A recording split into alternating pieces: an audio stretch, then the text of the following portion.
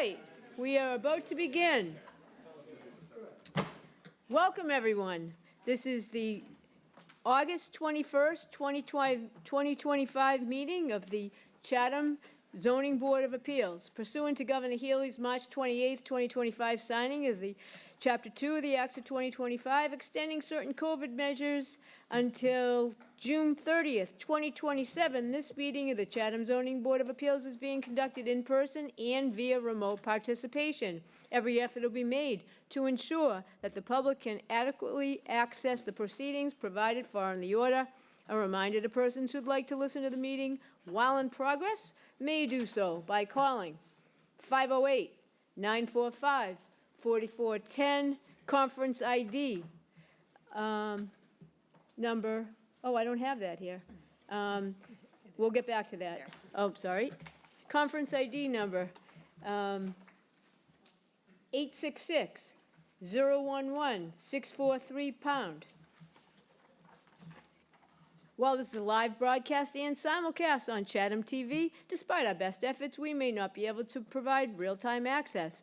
We will post a record of this meeting on the town's website as soon as possible. In accordance with town policy, the public can speak to any issue on the business agenda during the meeting when recognized by the chair. While I'm thinking of it, I'll just ask you to shut off all gadgets that make any noise whatsoever and take any conversations that are more than one sentence in the hall if you would. So the first thing we do at this meeting is we take a roll call vote of all members. We ask anybody participating online to make sure that we have we can identify you. The hearing notice will be read by staff, Sarah Clark on my right. And the rest of what I'm going to explain now is different than most of our meetings because this is a 40B affordable housing meeting, and this is our fourth meeting, and so we're going to do things a little bit differently today, all in effort to move this along. And so what we're going to do first is we're going to hear a synopsis from Penrose, and I believe they're going to give somewhat of a PowerPoint by Attorney Andrew Singer to where we are now in the project, what we've agreed upon, and the status. And our clerk, Virginia Fenwick, has taken an accounting of all that too, so we're going to make sure we're both on the same page. Next, Penrose. After Penrose and after we make sure we're on the same page, Ty and Bond will recite their peer review report, and Penrose will have a chance to respond to that. And the topics for today are traffic and civil. And so remember, your comments really need to be limited to those topics when you want to speak, best you can. And I did mention that last time. Okay. Then we're going to I will read the letters that we've received. Then we'll have public comment. Anybody that would like to speak for up to 3 minutes. Last time this group made a queue and everybody lined up, and that's really helpful. So that would be encouraged. Penrose will have a chance to rebut anything from the letters and public comment. After that, we're going to review waivers, and if you stick around, you'll see what that means. Then we will have questions and comments from our board. At that point, we won't really be speaking to the public unless somebody on the board would like to entrain you in. Other than that, at the end of the meeting, we'll have a motion to continue. Most likely it'll be till September 18th. And we are looking forward to closing the public hearing either on the 18th of September or sometime very soon thereafter. At that point, we enter into negotiations, also public meetings, but it's a different level. Okay, so as I said, we are going to do a roll call vote of our board members, starting with Mr. Veach. David H. Veach, and I approve of this format. Ed Acton, I approve. David S. Nixon, I approve of this format. Paul C. Semple, I approve of this form of meeting. Lee Hovey, I approve. Stephen D. DeBoer, and I approve. Virginia Fenwick, I approve. And Randy Potash, I approve of this form of meeting as well. All right, so Sarah? Application number 25-034, Penrose LLC, 15 Milk Street, 16th floor, Boston, Mass. 02109. The property is owned by the Town of Chatham, located at 0 and 1533 Main Street, also shown in the Town of Chatham's Assessors Map 9D, Block 4A, Lot 1, and Map 9D, Block 4, Lot 18. The applicants are requesting the grant of a comprehensive permit under Mass General Law, Chapter 40B, Sections 20 through 23, and 760 CMR 56 for the construction of 48 dwelling units in 9 structures. Also proposed is the construction of a management building. The applicants are requesting the grant of various waivers from regulations promulgated by the Chatham zoning bylaw and other local regulations. The property contains 128,492 square feet, 2.95 acres, in the R20 zoning district. This was continued from May 8th, June 5th, and July 17th, 2025. Welcome, Attorney Singer. Good afternoon. Click on that. This will get this.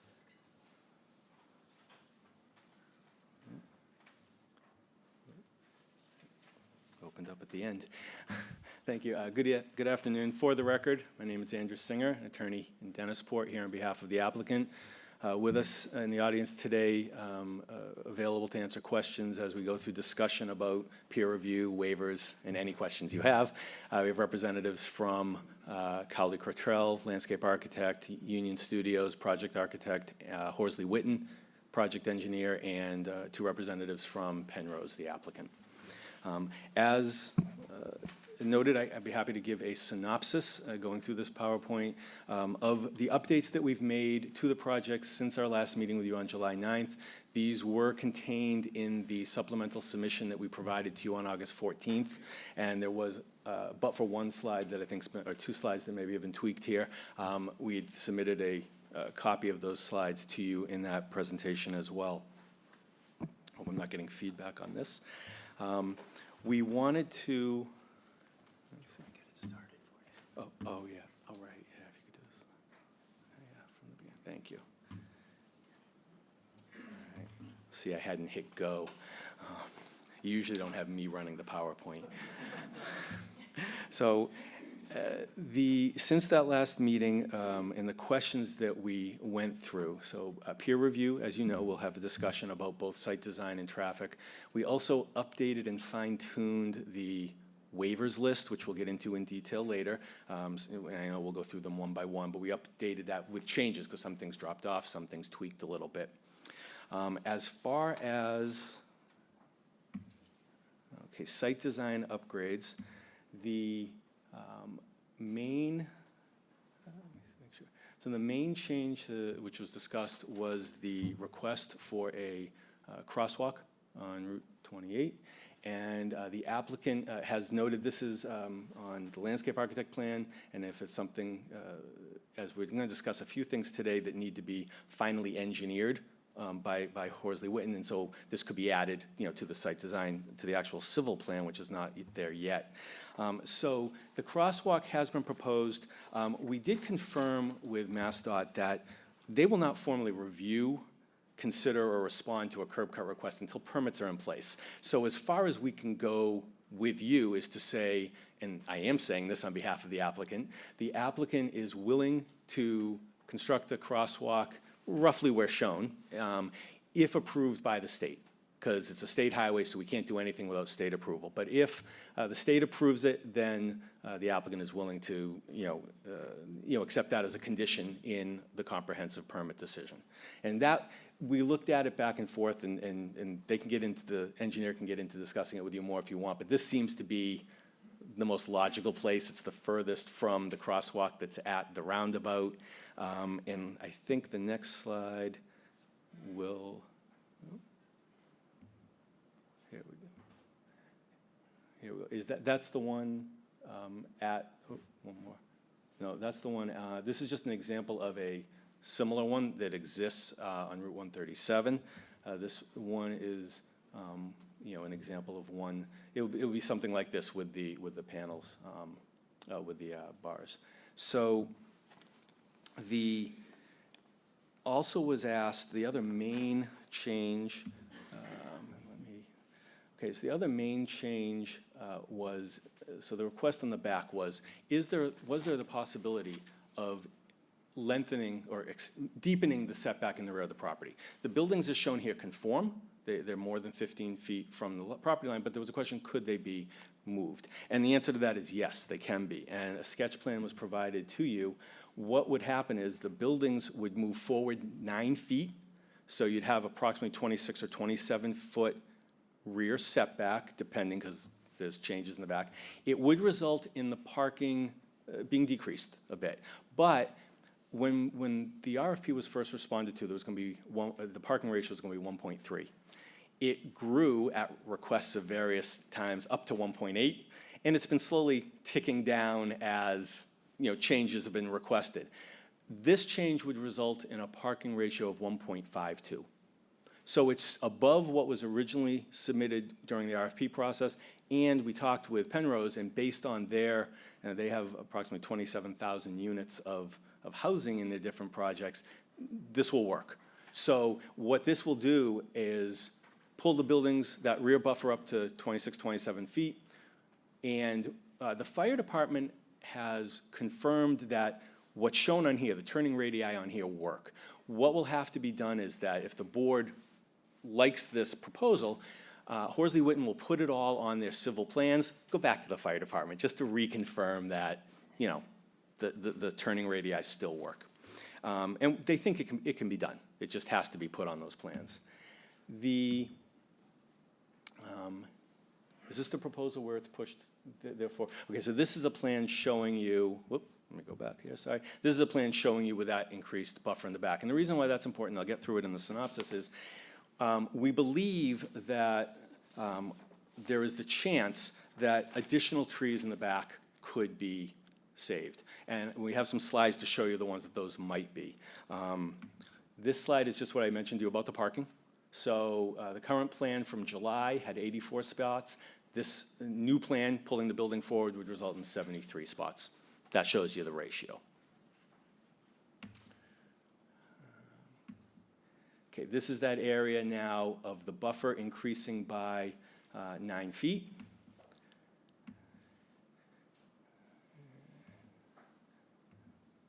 Okay, this is that area in the back. So the back of the property is to the left on this image, and the Jesse's Landing subdivision is to the right on this image. And that's the property line, and these are some of the trees in this area, and you can see on the bottom, this is looking from between building 6 and 7 looking east.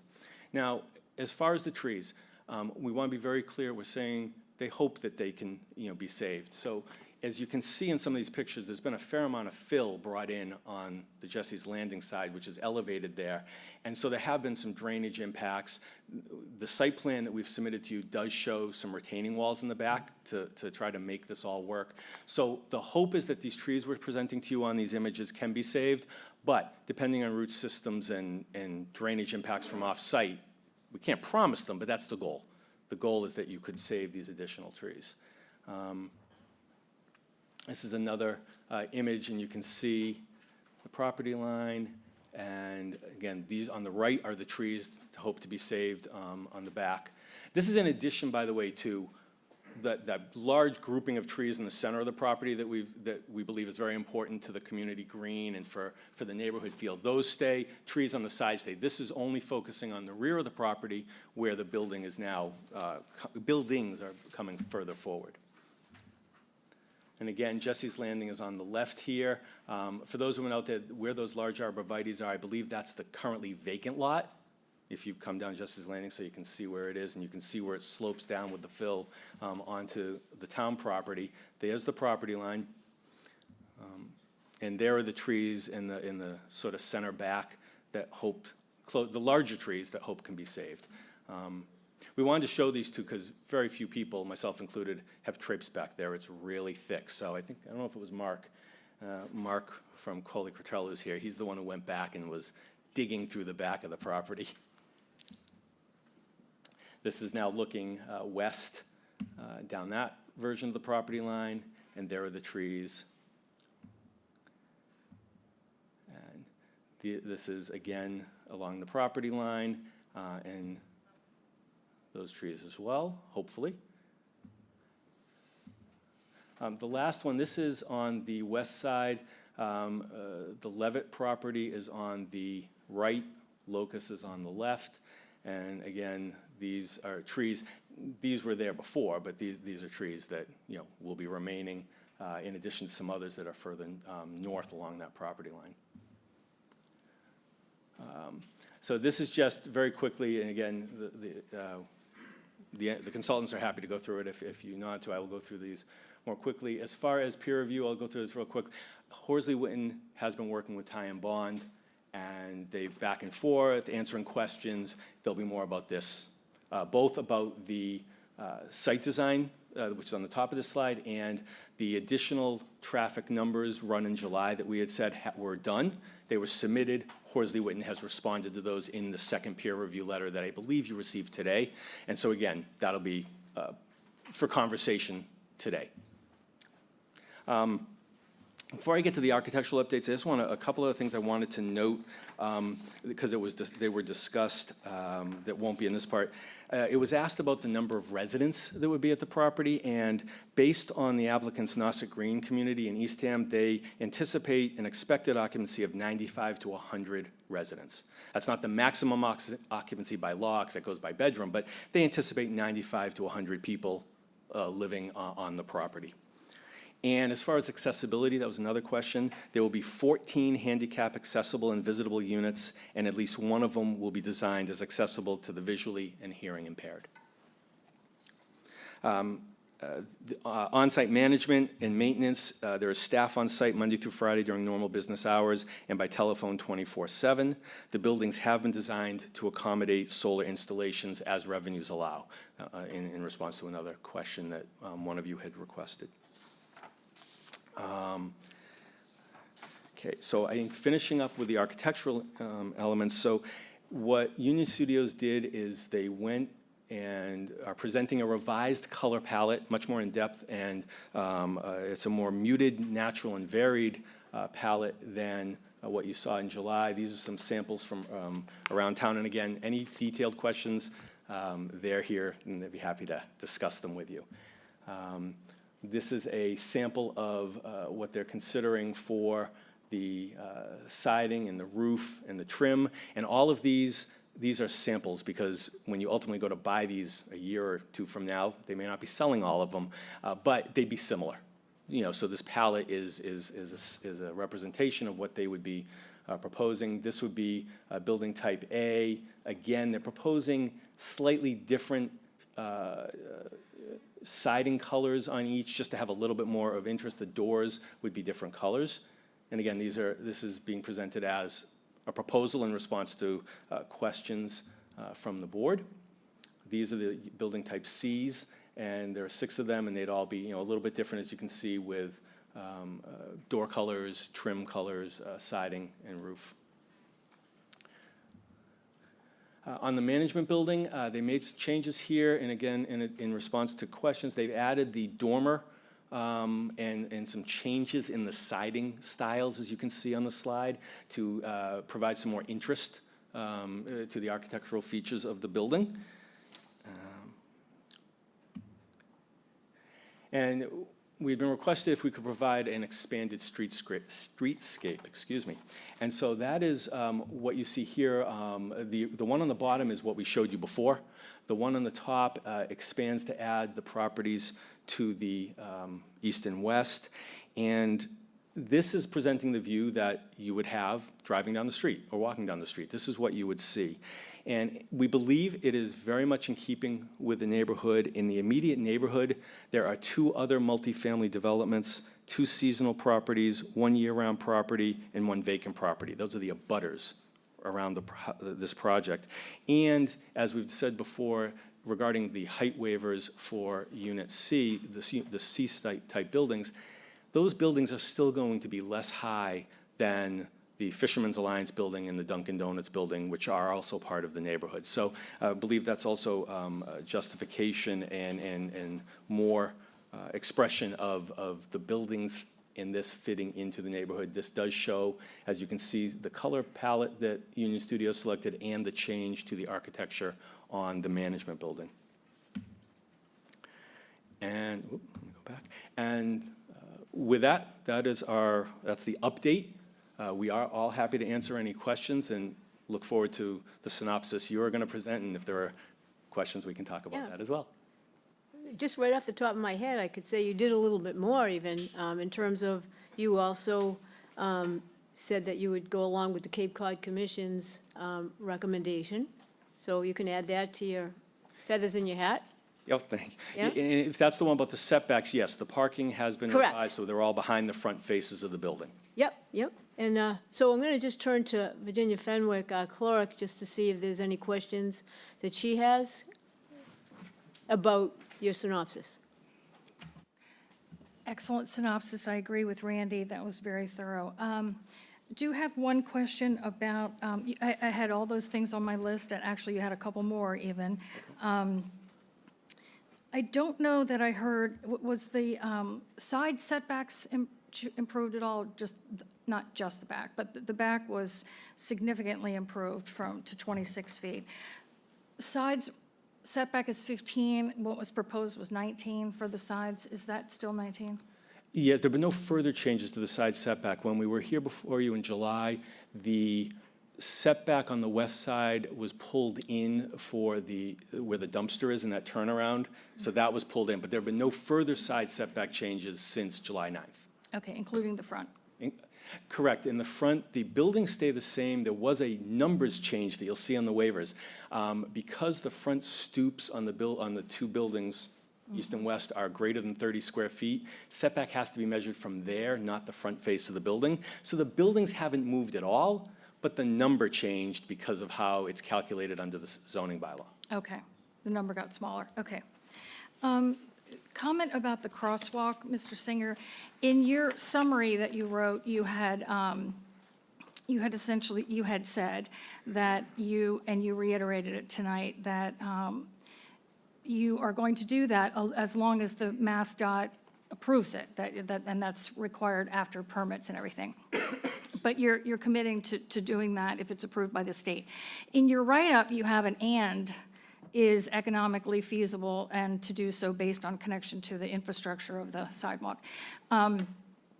Would you be, and you had also verbally said in one of the hearings, you had stopped after if it's approved by the state, period. So are you able to take that conditional "and" part out, or if?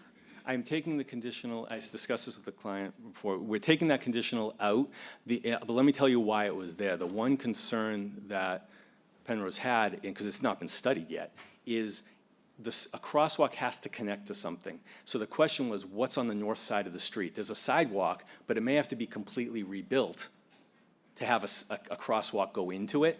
So that was the only concern. So to answer your question, yes, the condition we're proposing is just that if MassDOT approves it, the applicant would build it. I just wanted to recognize that it may present a problem, but we'll have to deal with that. Okay, no, we appreciate that, because that's a very, very important request of the board. And by putting that "if" and kind of pushing it farther out, it was just getting, we just wanted a little greater assurance that we stress the importance of that. Mm-hmm. Okay, and then Randy had mentioned the Cape Cod Commission parking, that was a new change, so that was landscaping. And the HVDC color changes, that was asked for, and that was done. Landscaping, I still want to talk a little bit about that. I didn't see, I know you talked about the landscaping in the back, saving trees, but I still want to learn a little bit more about, frankly, the streetscape landscaping. We talked last time about 8 trees or so being proposed as saving a couple on the side, you pointed out on the western side. But I just want to echo what I've heard Friends of Trees, some of the Chatham residents that have come in and spoken and written letters, what I have also stated myself, is that it would be such a shame to take such a heavily wooded property and clear cut it, because you can't, replace those really mature trees. So before we get too deep into that, Okay. which we definitely will later, when we have comments and questions from the board, that would be, you could start with that, even, Jenny? Yeah, I just And- wanted, that was on the list, and I know you Yeah, talked. no, definitely, Okay. yeah. And, go ahead. No, I just also wanted to reiterate that the intent of this accounting was just to make sure that the things that we have mentioned on the board that are important to us, because they're important to the residents of the town, were there, and to try to give some assurance to the folks that have shown up and are so passionate about seeing this project move along. I do want to acknowledge that the height was a very big thing, and it was the first thing that we started with many, many months ago. And that has really been significant. I did want to just reiterate that. You did a nice job also. But originally, all of the houses were requiring a waiver of the 30 feet. 3 of the 9 are under 30 feet. That's been your change. And also 6 of the 9, while they are over 30, and that's the waiver, the lowest is 2.8, 2 feet 8 inches, and the highest being 3.11. And then there's a few, in between. So I do want to acknowledge that. I think that has been, was initially a big concern. We haven't talked about it in a while. That's why I wanted to circle back and just make sure everyone understood that was a big accommodation.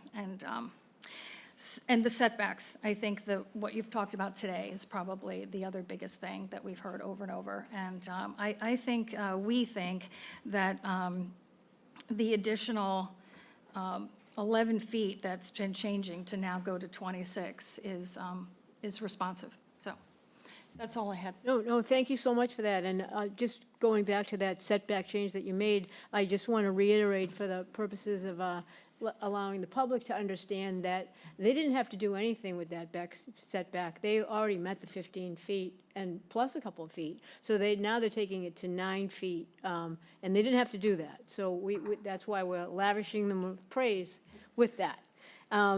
I want to just reiterate, go back to the issue of the crosswalk, because I want to just understand if you also are including that push button, and it would look like it does on 137, because you just said crosswalk before, and I couldn't help but notice that you didn't say anything about the push button, so. The crosswalk, and I just confirmed with a nod, yes, the crosswalk includes, if it's approved, Yeah. the solar push button Right, lights on either side.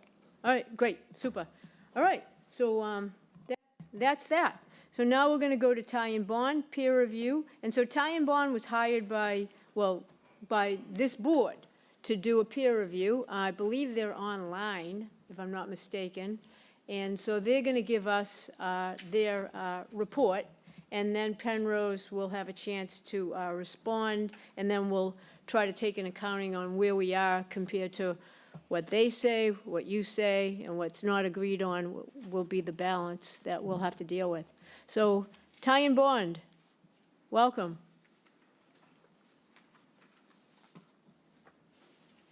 Hey, thanks for having us. I'm Ryan Case from the traffic side of the peer review.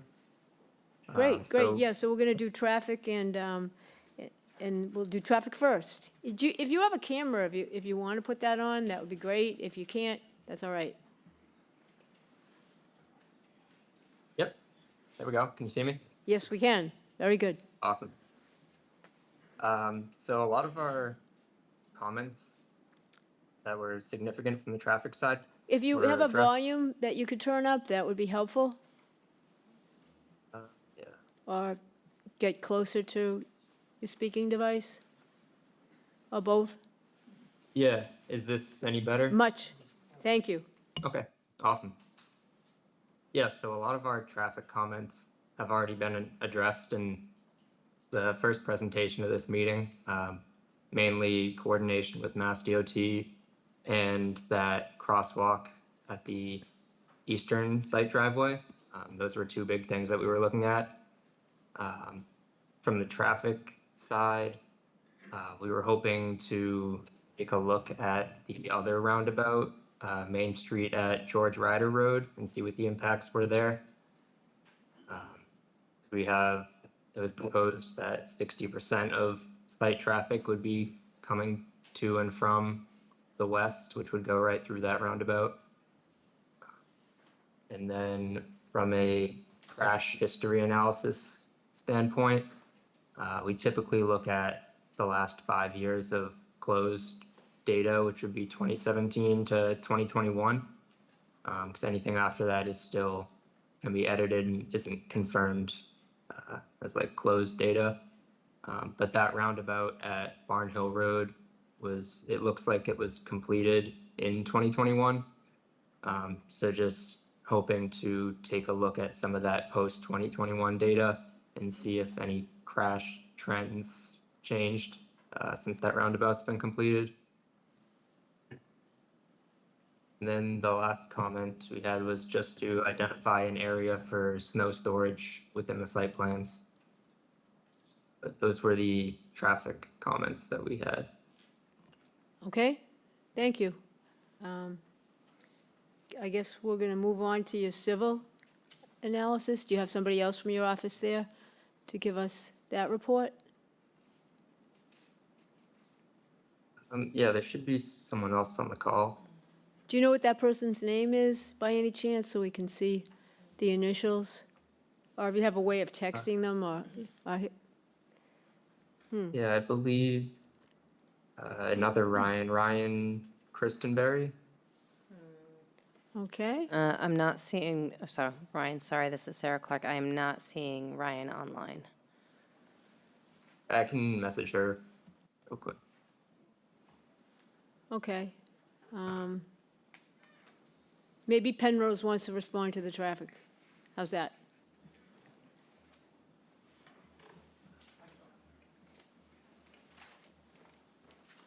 Hi, Joe Henderson, Horsley Witten, we're the civil engineers, and I just want to acknowledge we did receive the traffic report. We just got it today for the peer review.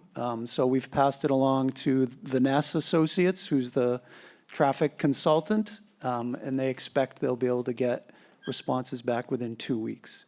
So that's where we stand for as far as traffic. Okay, thank you.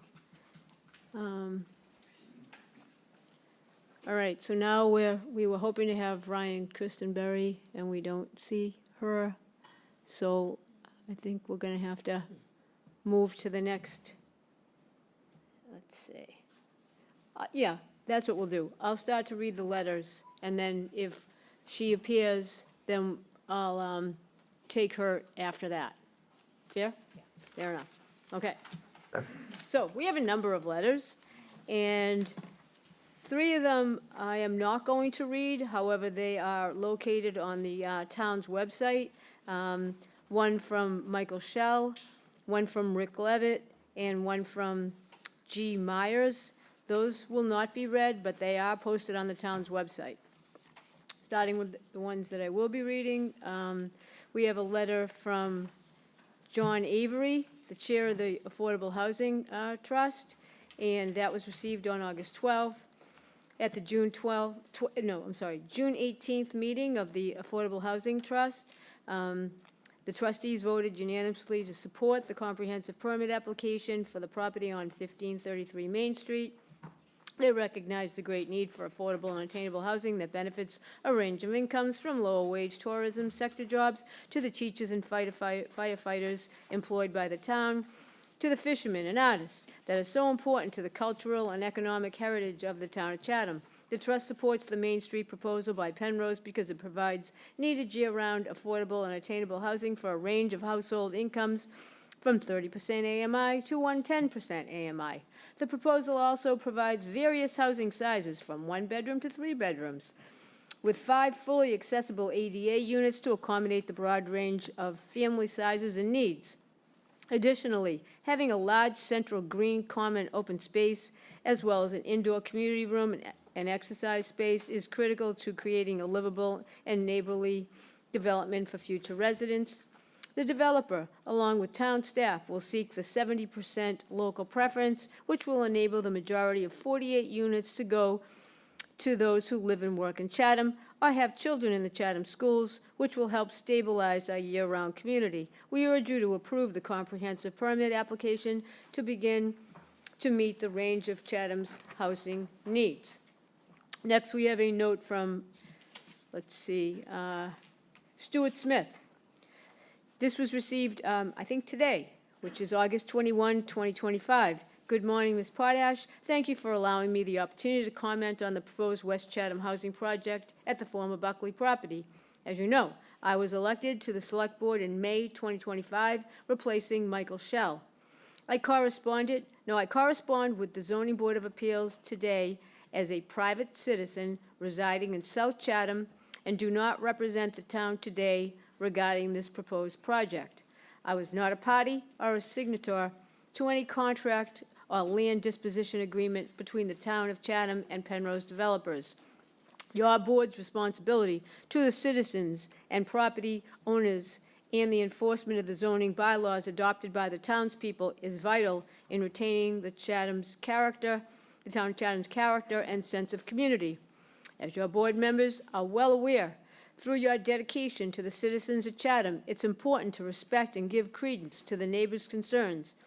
If we, as a community, do not respect the issues raised by the neighbors' residents, the town risks jeopardizing these proposed housing initiatives in West and South Chatham and future initiatives throughout the community.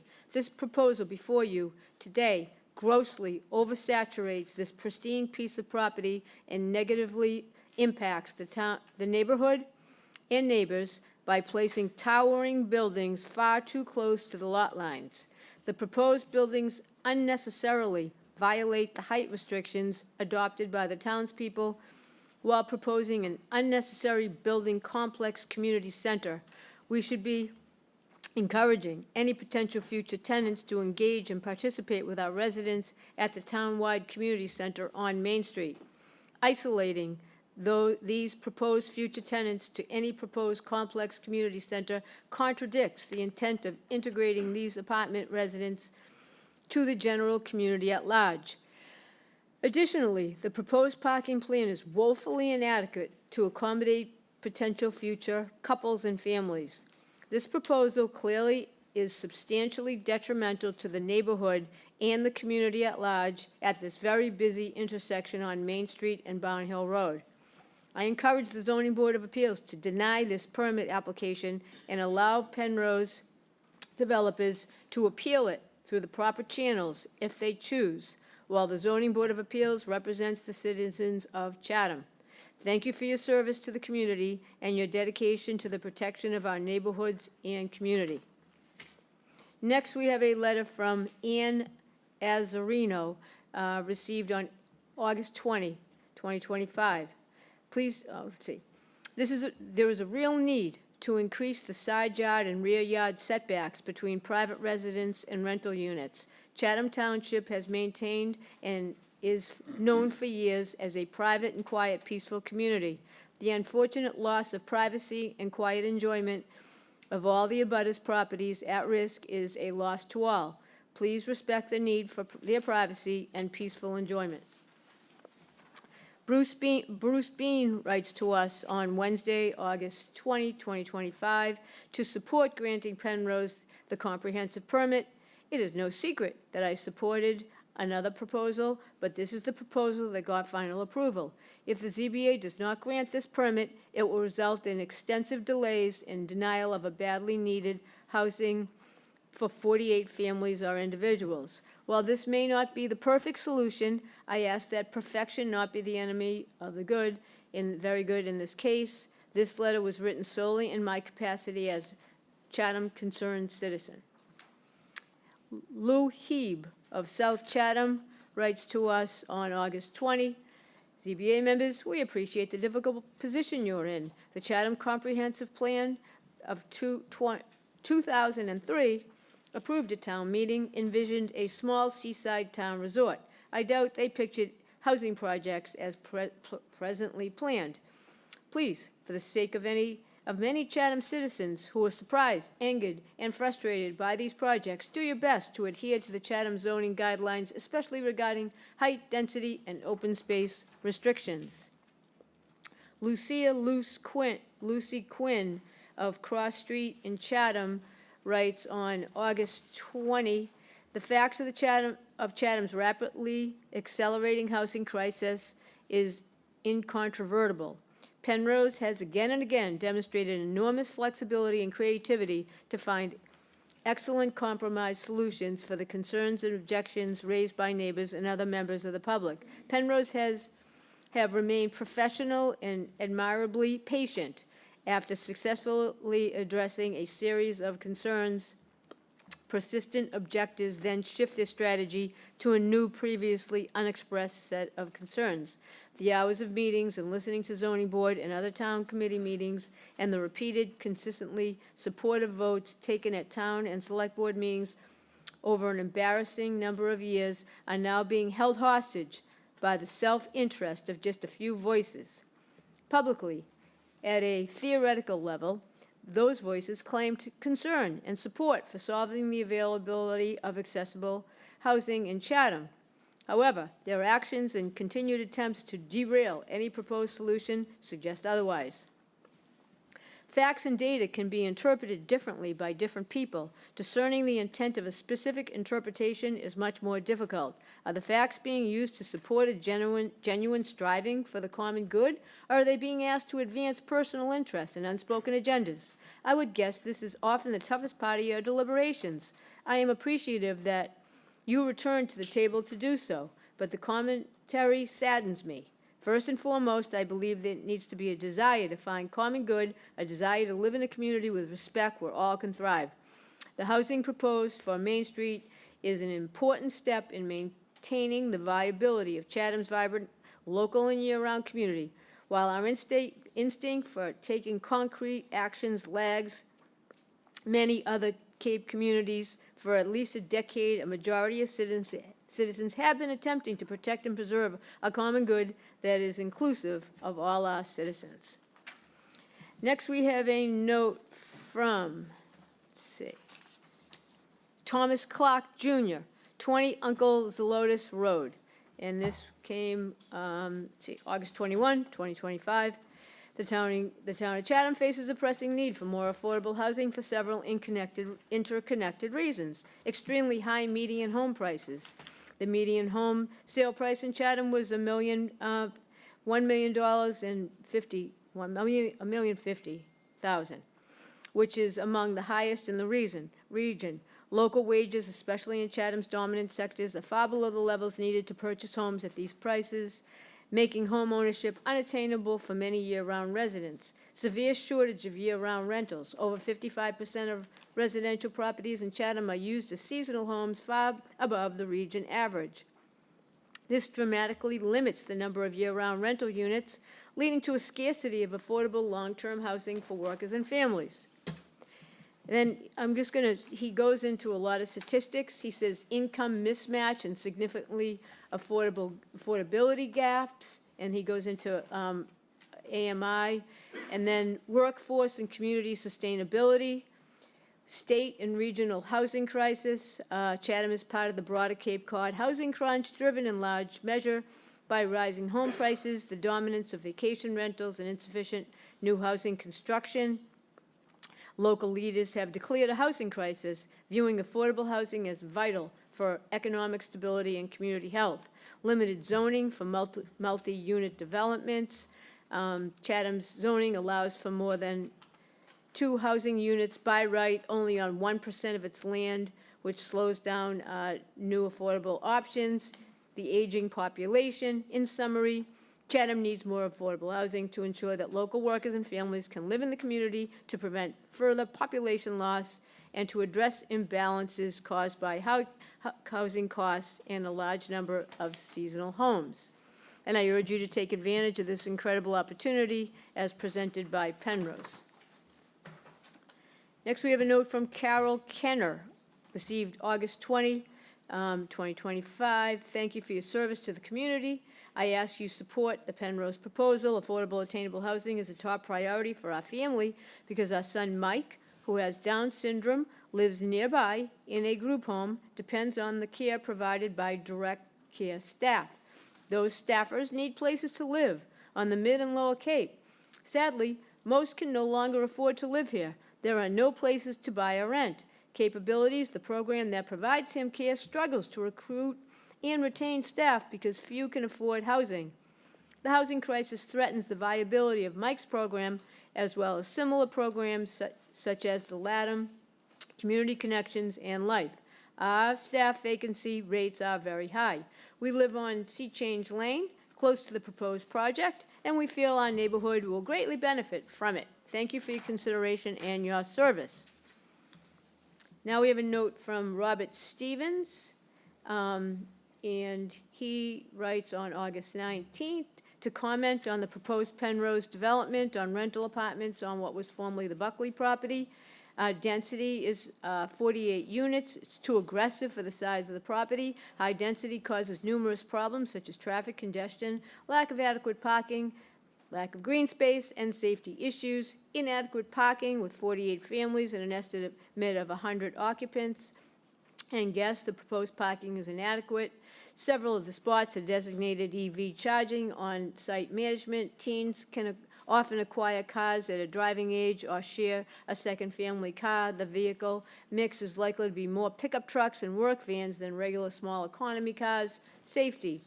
Imagine 48 families coming and going on a road, parking in the center of the project. Young teens would have to cross the road, parking to access the tiny green space at the center. The road and parking are currently designed inside the perimeter of the project, and it will likely cause congestion for residents, lack of privacy. A road with parking at the outside of the perimeter of the project would reduce congestion, allow better safety for our residents, and allow for more parking spaces. The community center, Chatham already has one. I believe the point of this project is to integrate those residents with the fabric of Chatham, not to isolate them. I support affordable housing, but I urge you not to approve this project. And I also urge the ZBA to set caps on density for any applications and setbacks consistent with the neighborhood. Then we have a note from Ellen Briggs, and this is on August 14th. The Buckley property in Chatham, hugging Route 28, has been proposed to be a multi-unit affordable housing community. Would Chatham benefit from placement of an affordable housing? Yes. Is this proposed site and plan ultimately a good solution for the town? From my point of view, no. The reason is based on how the proposed density of the housing plan alters the ambiance of the neighborhood. Not only would it be abutting homeowners, they would suffer the impact of the planned buildings, so would the traffic flow on Route 28 and Barn Hill Road. Without question, attention should be paid to the impact this plan will have on longtime responsible tax-paying neighbors abutting the Buckley property. Due to the number of buildings proposed, not less than the estimated 72 cars or trucks will be entering Route 28 and Barn Hill traffic. What a nightmare that would be, especially from June to August into September. Reducing the number of units would also address and help resolve this problem outcome. I do support a proposal to move the new buildings away from the 15-foot minimum setback. This would address the need to respect those neighbors.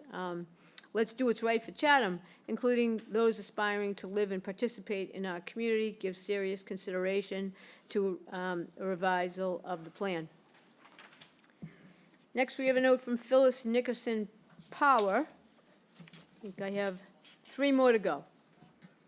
As a year-round resident of West Chatham, I've always supported developing West Chatham Village concept and affordable housing for year-round residents, rental properties, or otherwise. And again, this was received August 11th, 2025.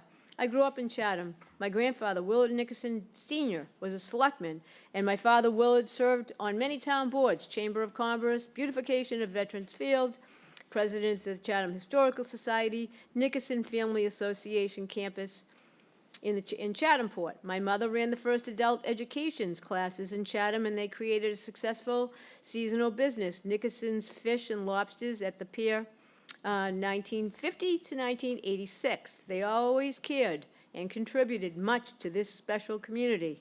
Back in the 1960s, they recognized and expressed concern about the housing for future generations. They told us as kids, back 60 years ago, that there was going to be a problem with housing for year-round people. They saw the handwriting on the wall. If it wasn't for their hard work, generosity, with hopes to have their children and grandchildren being able to enjoy our Chatham heritage lifestyle, my siblings and I would not live in Chatham now. As a realtor of 39 years in this town, I know only too well that the issues of rentals, the prices for first-time buyers, and how hard it is to live in this town for working families, singles, and seniors. I embrace and support any project to enhance housing. However, I do have some reservations about respecting sideline impact for neighbors that, about the Buckley property. The revised concept presented showing the new buildings moved away from the 15-foot setback, leaving a green space buffer, represent a very viable and reasonable plan to also respect the neighbors' concerns. Our 20 setback 15 was meant for zoning of single-family homes. The issue of affordable housing is a can that has been kicked down the road since the 1960s. The rush for the proposed new project will get it done now without respectful consideration to the thoughtful revised proposed plan, which would be a disservice to our town, the neighborhood, and taxpayers who do support creating better housing for all. Please give serious consideration to a revised plan that will serve everyone. Let's see. Mary Byrne of North Chatham writes on August 3rd, 2025, as a 1980 Chatham High grad who has watched almost all my schoolmates move away, due in large part to unaffordable housing, lack of housing stock, I am writing in support of the Penrose project. The situation is getting worse as time goes on. We need housing for everyone to work in this town, along with seniors who've contributed to the community for decades, and others who don't make enough in the service, hospitality industries to live here. Long commutes are bad for the environment and for family life. They are also less likely to promote strong family ties to the community and definitely don't help the declining school enrollment. Thank you in advance for your support. Lastly, we have a note from Shirley Smith, a citizen of Cape Cod, in parentheses, Chatham. Let's see. Just this part, right? Yeah. As a great-grandmother, I hate to see our town turning into villages of Florida. It warms my soul to hear the laughter and to watch the playing of youngsters, even silly teenage. Kind of breaking up here. Their families will spend on essential goods and services, supporting local businesses, stimulating the economy. Affordable housing allows workers and their families to live near their workplace, beneficial for the homeowners also. Long-term economic growth, this creates for everyone the chance for new connections to build a stronger social network. The children are our legacy, not the unused million-dollar homes that are taking over Chatham. All right, that concludes the correspondences. Do we have Ryan? Mr. Case, I still do not see that Ryan is on. Is there anyone else from Ty and Bond that will be presenting the civil? I reached out to Ryan and haven't heard anything back. I don't really have any involvement with the civil peer review. I just did the traffic side, so I'm not entirely sure who else to reach out to. Okay, I know we reached out to Sean and Ryan and have yet to hear back. Would somebody be able to, would you, sir, online, be able to call on the telephone? I know it's a new concept these days, but just call the person, and we can get back to you later, after we take public comment. We still have plenty of time to do that. Does that work for you, Mr. Singer? That's fine. I was also just going to offer, since Mr. Henderson was working with Ryan and Sean on the peer review, if, when you get to it, if they're not here, he's happy to, discuss the letter since, from our side, but he was working with them on it. That sounds, maybe we should do that And now? we do have, and this was posted on the website as well for all the public to see, we do have Ty and Bond's responses on each one. Their responses are in bold. The applicant's responses are in italics. If there are certain things that they felt that needed to be looked into more, I'm sure that the applicant can address those. Okay, so why don't we do it that way? And then we'll go to public comment after that, as planned. All right, thank you. Sure, yeah, good afternoon again. Joe Henderson, Horsley Witten. As you mentioned, we did work with Ty and Bond on the peer review responses, and I can just go over just kind of a brief summary of the process, and then we can, I'll go over our synopsis of it, and then we can decide if we want to dig into every comment. So August 5th is when we received their comment letter, and there were three main topics of discussion. It was based on the town zoning rules and regs. If you've read the letter, there's Chatham stormwater regs, and then there's the Mass State stormwater regs. So it was broken down into those sections in their letter. We met with Ty and Bond on the 8th just to go over all these questions, discuss them, and come up with kind of our point of view on them. And then we proceeded to write a response letter to Ty and Bond, and that was on the 14th, is when we had prepared that comment response letter.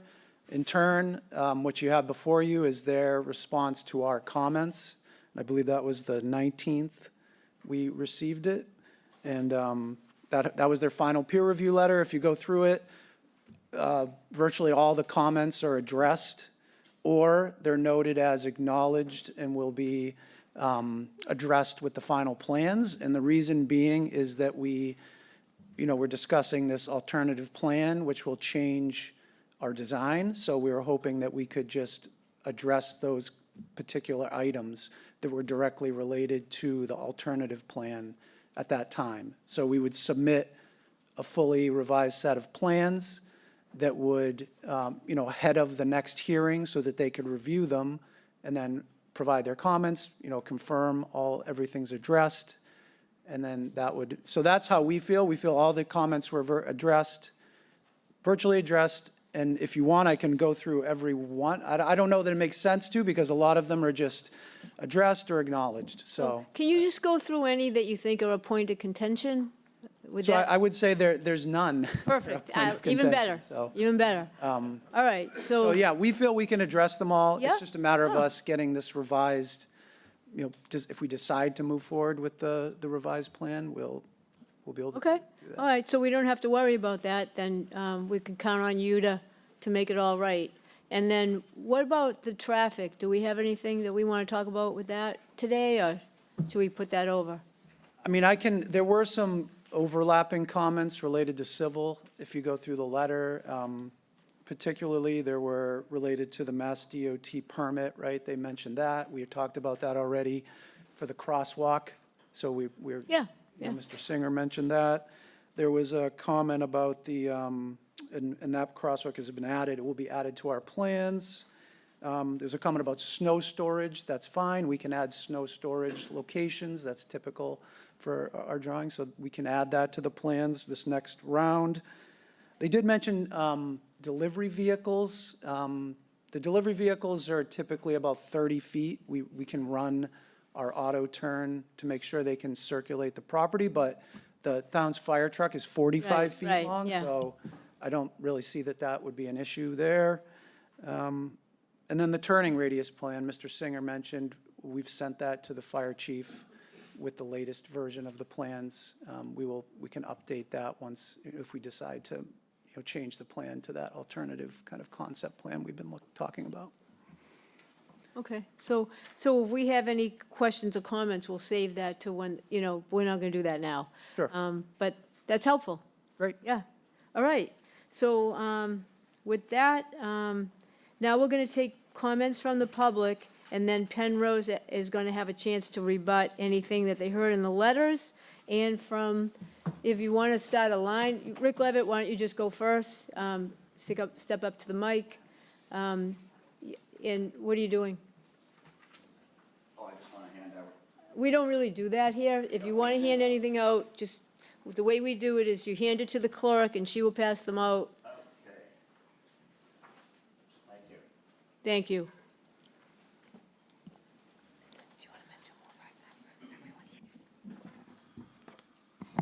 Yes, and when everybody in the room is done with their comments, we'll recognize everyone online. I just see one person actually online at this point. So, Mr. Levitt, you know that we're trying to limit it to civil engineering and to traffic today, but go ahead. My comments are directed to Penrose's site plan. Thank you.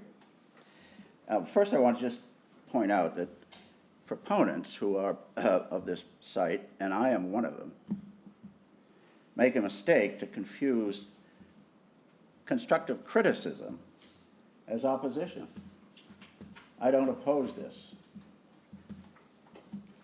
You received 2 site plans, one from Penrose and one from me. Both have the same number of apartments. No change. Penrose made a token adjustment to setbacks on the southern boundary, 9 feet, and no adjustment on the western boundary, where I live. That's an onerous double standard. 15-foot setbacks, even 17-foot setbacks, are appropriate only where single-family homes are on half-acre lots. Where large multifamily buildings, no matter what you call them, townhouses, apartment buildings, makes no difference. They're large, looming over single-family homes.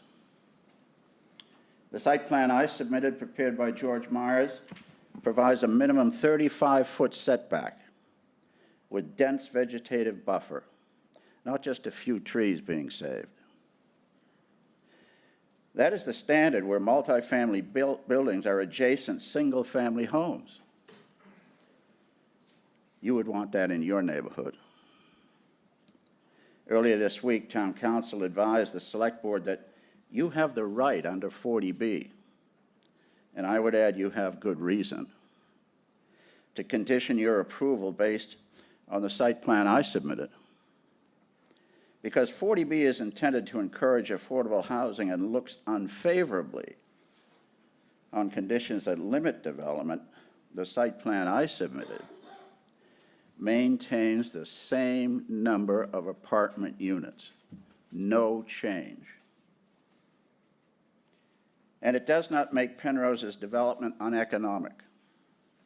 In fact, it reduces the number of buildings from 10 to 9, reduces parking spaces, and eliminates clear-cutting of a very large area.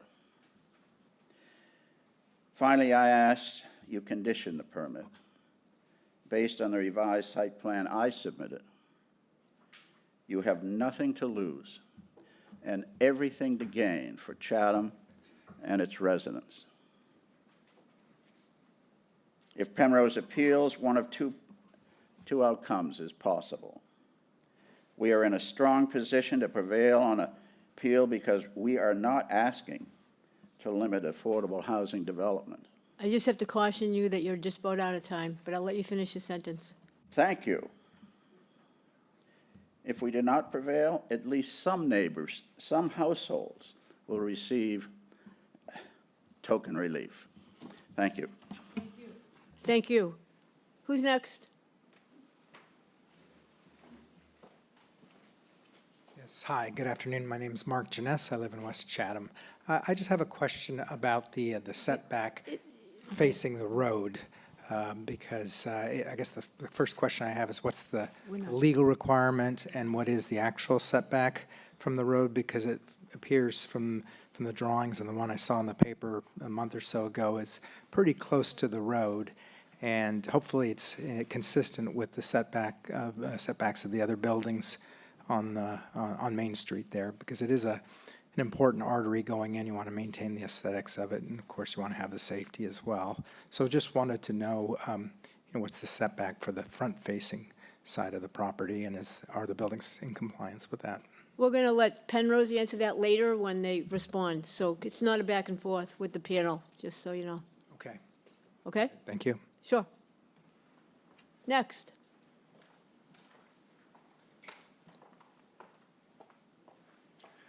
Good afternoon, members of the committee. Thank you for the opportunity to add a few words. My name is Bill Bogdanovich. I am the president and CEO and owner of Broadreach Healthcare, which is Liberty Commons in the Victorian, most notably over in North Chatham. And I offer you some words today, speaking from the perspective of being a private employer of 300 plus, providing critical healthcare services to the folks in this town. And we've never seen the need for housing to be more critical in the 40 years that we've been here now. In the last 7 years, I've cobbled together some preferred housing opportunities for our folks, mostly 1- and 2-bedroom apartments that are in Chatham, Brewster, and Dennis, with a capacity of about 30, which again is about 10% of my workforce. We went into it thinking that it would help help us recruit people from off Cape to be able to move here. But it's really become all about enabling people who are already here to stay. And that's changed significantly in the time that we've been trying to do this. I can confidently say that none of the people we are now helping with apartments would be here without that housing opportunity. I'd be remiss, though, not to also speak from the perspective that I have as the board chair for housing assistance. Housing assistance addresses housing challenges at all levels across the Cape with hundreds of units and projects at different scales. And I can tell you from that work that I know over 70% of employees in the region spend more than 50% of their monthly income on rent. Further we go out on the peninsula, the more that disparity increases. As much as we'd love to advocate for everybody to be making the $100,000 or $200,000 a year they need to afford to live here, the reality is that cost would shut down many businesses and drive up prices on goods and services, bringing our economy to a standstill. Couple this economic disparity with a rental housing shortage, and we have an equation that leads us with a sense of urgency to get projects like this one across the finish line so that we can maintain a viable economy as well as a thriving community. So I stand in support of this project and ask again that the enemy of perfection not be allowed or used to stand in the way of progress and movement forward. Thank you. And thank you for coming. Okay, ma'am. Hannah Smith of Chatham. Just to try and cover the time, the 3 minutes, I'm going to cut out 2 of the 3 cases that I was going to bring up, but if I have time, I'll address them. Thank you all for allowing me the opportunity to speak on this housing project that has been proposed by the developer Penrose. My only request going into what I'm about to say is that you please deeply consider the information I provide to you all today. While I am a resident of Chatham who grew up here and attended Chatham Elementary, Chatham Middle, Chatham High, and Monomoy Regional High, and have witnessed the devastating housing crisis firsthand, I will always put the rights of others first, no matter how badly this town needs affordable housing. This is why today I stand here as someone whose expertise is in social justice and human rights, and I kindly ask that you do not move forward with the permit application by Penrose. Zoning boards in Massachusetts ensure orderly development and prioritize the balance of community goals with property rights. The ZBA is fundamental in sculpting the standards for how Chatham will grow and develop with affordable housing at the forefront. When it comes to this proposed project, I was willing to possibly overlook the numerous design issues that violate zoning bylaws, the warranted neighbor complaints, and even the very serious issues regarding environmental impact, but what I cannot overlook, nor should anyone, is a pattern of blatant disregard for the safety and well-being of tenants of various projects Penrose has already completed around the country. I'm going to skip 2 of the cases, but in perhaps the most damning of the allegations against Penrose over the years, on January 27, 2022, a report by the world-renowned Human Rights Watch, spanning dozens of pages, titled "The Tenant Never Wins," on the private takeover of public housing that puts rights at risk in New York City, Penrose is mentioned multiple times. In this report, Penrose is both the developer and the company in charge of facilitating the property management company. In the case of Hope Gardens Housing in Brooklyn, New York, an elderly neighbor who speaks little English and suffers from various medical conditions and cannot get out of bed independently in and out of the hospital was unable to arrange the support needed to allow her to travel to the management office organized by Penrose in order to certify that she was eligible to remain in her home.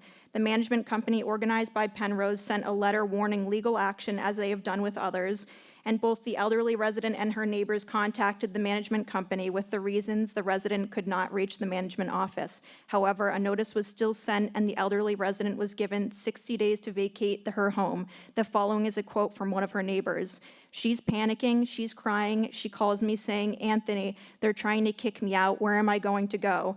I call and email and tell them, 'Listen, she is physically unable to come to you.'" Just so you know, you get 5 seconds left, essentially. Penrose has stated that in response to threatening a tenant with eviction, that they have to send those harsh letters to make people react faster. I want you guys to Ma'am, know. I'm just going to have to cut you off. Out of fairness and social justice, everybody gets 3 minutes. Thank you so much for coming. Who's next?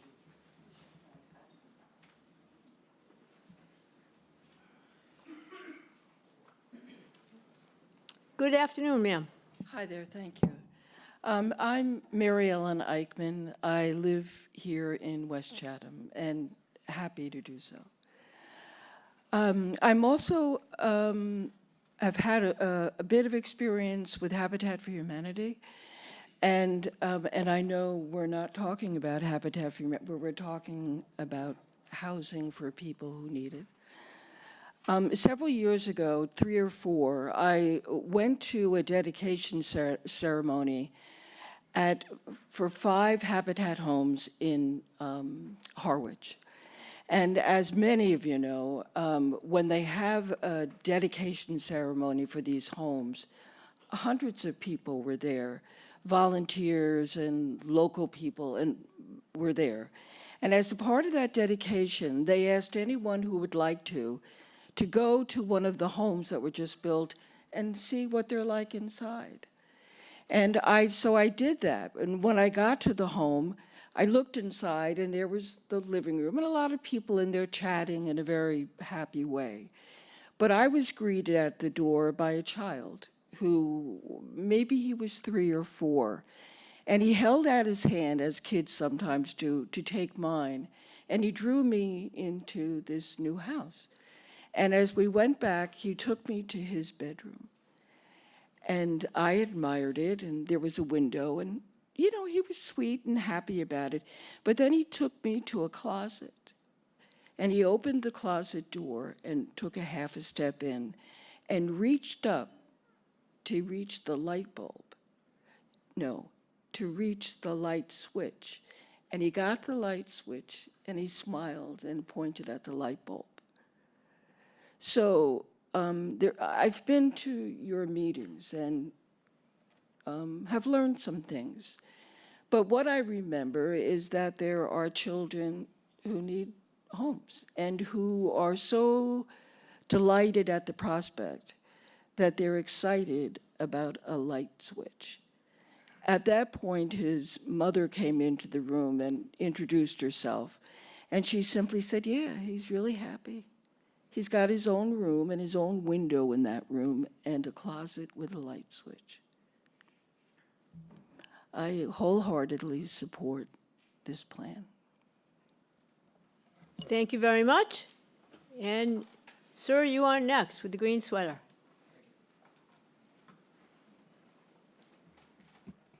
Henry Marcelli, 32 Jesse's Landing. I support affordable housing. I've said that every time I've been here. I continue to say that. We need it, and we're for it. I'm for it. The revised plan shows a 9-foot increase in the setback on Jesse's Landing, but nothing on the Barn Hill Road side of the project. This is not responsive or in the spirit of the directive from the chair to look at this measly, which was in quotation marks, 15-foot boundary for the abutters. A question, if you went down to the 1.3 parking spaces that were originally proposed, would we be able to increase the setbacks on the south and west boundaries? Another thing, we're talking about a retaining wall, yet I don't see any details in the drawings of a retaining wall. How long, how tall, what's the surface treatment, what's the material? I'm sure that's going to come out. Are there going to be plantings in front of it, vines or something? Because people will be looking at that retaining wall. Would it be possible to flag the trees that may be able to be saved so that we can see them, the people that are abutters, to take a look at that because I know it was sketchy, and we're trying to figure out what the boundary is. That would be helpful. The other question I had, or the other consideration I would ask you is, at some point, are we going to identify the size and type of trees? I know that there's a lot of drawings there with a lot of flowery things, but do we know the height of the trees? Are we going to put in 3-foot trees? Are we going to put in 10-foot trees? That's going to be important to the abutters because of how much time it may take to grow to provide some screening. Thank you for your consideration, and thank you for the opportunity. And thank you for your comments. Ma'am, you are next.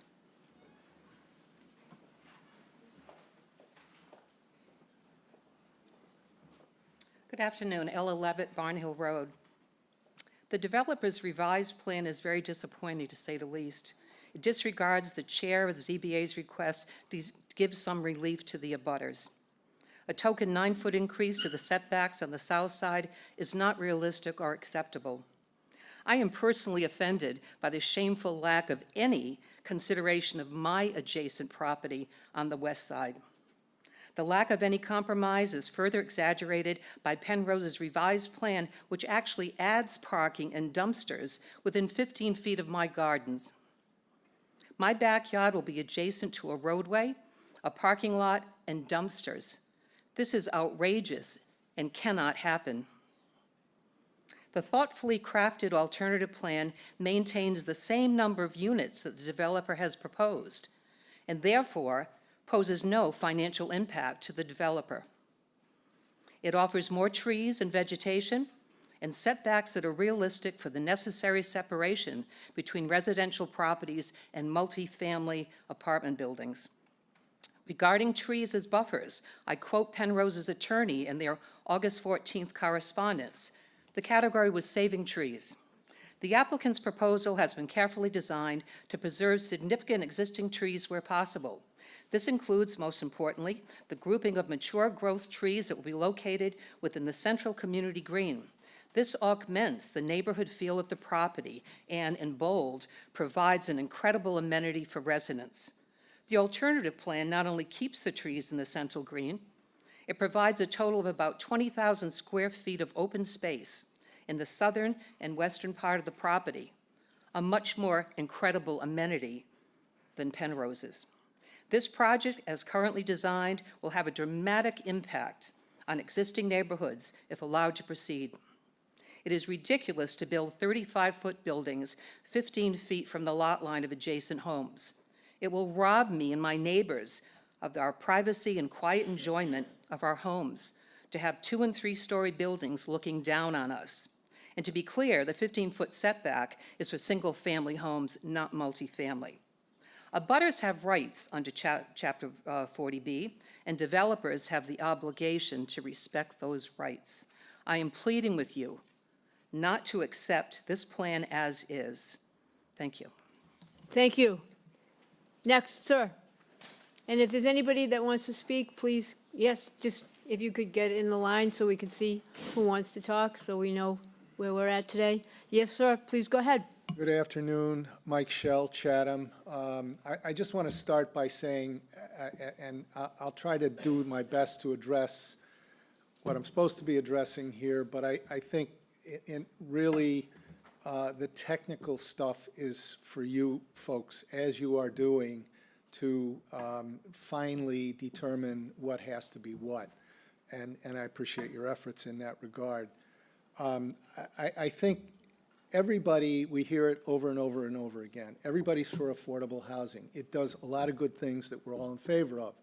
Puts more kids in the schools. It makes it easier to hire for all of the people you heard from Bill Bogdanovich.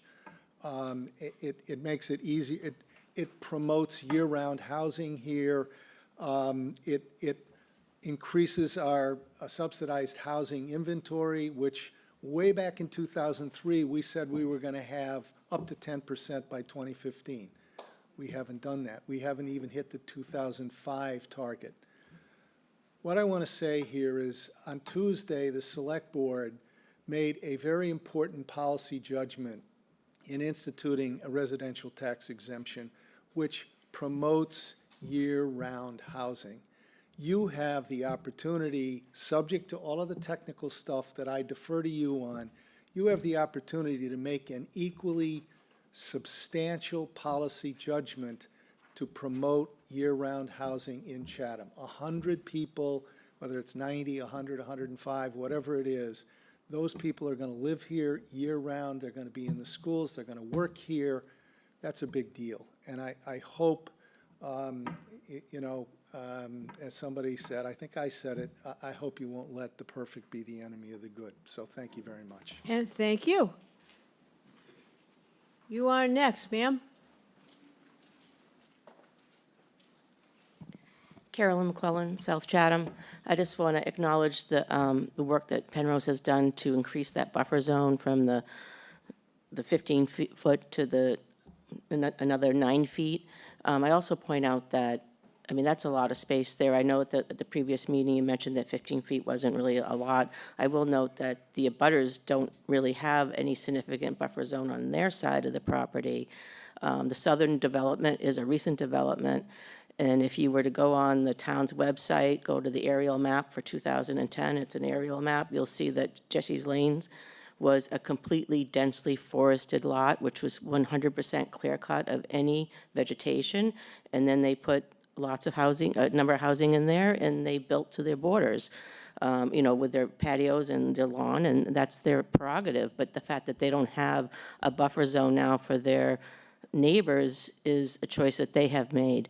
And I don't think anywhere is it written that you're not allowed to see your neighbor, and it's not your responsibility of your neighbor to prevent any visual exposure. If you want that privacy, then that's on you to create that. We're going above and beyond what's required, and the height limit is very insignificant. It is over the height limit, but that's within the 40B to do that. We have lots of local developers that have property that's towering over their neighbors, like the Hunter's Rise development. That's all legal, and it's legal. It's within the rules and regulations of the 40B for them to provide a waiver for the height requirement, and I think we've done a lot.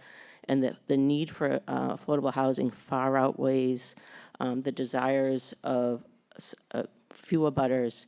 And I think it's a really bad look for Chatham to have a standard where we're concentrating, we choose to concentrate our affordable housing to give this enormous buffer zone to abutters who have a seasonal development, huge lots, and they've chosen not to create a buffer zone for themselves. So I think we have to think about the quality of life of the renters who are going to live there, and that's a value also. Thank you. Thank you. Who's next? Yes, sir.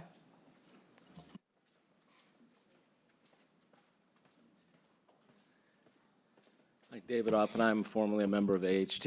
No, now no longer.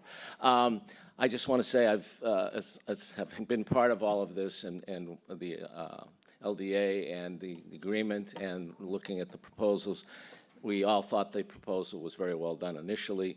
I've been involved with affordable housing and apartment complexes and things for years and years and years, and I'm not going to get into a lot of detail. I think Penrose has been more responsive than I ever expected them to really be. I think they've addressed every single concern as much as can be reasonably expected. I think the idea that when you talk about Jesse's Landing, which was clear-cut, and if you look at the size of the trees that were planted there may be 3 or 4 caliper. So for the demands for other trees to be different. Part of the problem that I was watching this as I was trying to get here, the drainage issues that were created by the grading on Jesse's Landing is something Penrose is going to have to deal with in some factor, and they've acknowledged that. I don't know how much more you can ask anybody to do, and this is a beautiful development. We need it. You just saw, if you looked at last week's Chronicle, the front page was talking about 600 applications for 60 units in Orleans. The amount of applications is 4 and 5, as much as 10 times the amount of housing that's available. We need this. It's time. It shouldn't be postponed in any way. I think Penrose should be congratulated for the effort that they've made and the efforts they've made to do everything. 9 extra feet, that's 50% more than the setback that was before with buffering and trees like that. You can put the conditions. I think the peer review shows that, from what I understand, that minimal amount of things. They've addressing the fire department. I certainly agree that the slightly smaller ratio of parking is more than adequate for something like this. So I strongly encourage you to approve this as soon as possible. Thank you. And thank you. Who's next? If you want to come closer to the podium, everybody, you know, then we're trying to save time here. Yes, sir. 4 Orleans Road. I just wanted to address the local preference real quick before I get into the traffic. I think I'm the only one that's going to talk about that. In one of the Orleans meetings that's recorded, Penrose says they denied 93% of the 70% local preference. And if you guys dig into the numbers of who gets these apartments, it's not the locals that they're promising. And that's only the initial, them moving into the buildings. That has nothing to do with, you know, after the fact. They're just basically filling apartments. So it has nothing to do with, you know, they don't fill it with locals like they're supposed to, or is hoped to be. As far as the traffic, even if I was for like a high density development, I don't think you could put it in a worse spot. I mean, before you had that rotary on Barn Hill Road, it took, you know, 5, 6, 7, 8 minutes to take a left-hand turn onto 28. The traffic and congestion it's going to create is, it's going to be crazy without doing anything about it. Even like taking a left-hand turn, you know, into the project is going to be a pain, and that's only during, you know, June, July, August, September. So, I mean, I don't know who did the traffic study, but it's going to create a lot of problems, a lot of backup, and it's going to be like you're not even going to want to be able to drive down that road after this project's put in. Thank you. Thank you. Yes, ma'am. Gloria Hicks, Meeting House Road. No one is opposed to affordable and attainable housing. No one. We're here today talking about the same issues that we've been talking about before the RFP was done, before the LDA was done. The problem people have with these projects is the density, the height, and with respect to the abutters. That's been what we've been talking about from the beginning. And it's unfortunate that the trust put forth density that we knew was going to be a problem. Things should have been included in the RFP that weren't. Things should have been in the LDA. There were problems with the LDA that just went unheard. So it's really unfortunate. None of this had to happen. Now we have resistance, we have opposition, which we shouldn't have. People want housing. Everybody does. And that's pretty much all I had to say. Thank you. Thank you so much for coming. Is there anybody else here in the room that would like to take part in public comment? If not, I'm going to go to the 2 people that I see online. Oh, what am I missing? We have 3. Oh, we have 3 people online. I think I saw E first. Please go ahead if your initial is E, and just state your name and tell us your up to 3-minute comment. E. So Elaine, Ms. Gibbs, the chair is calling on you.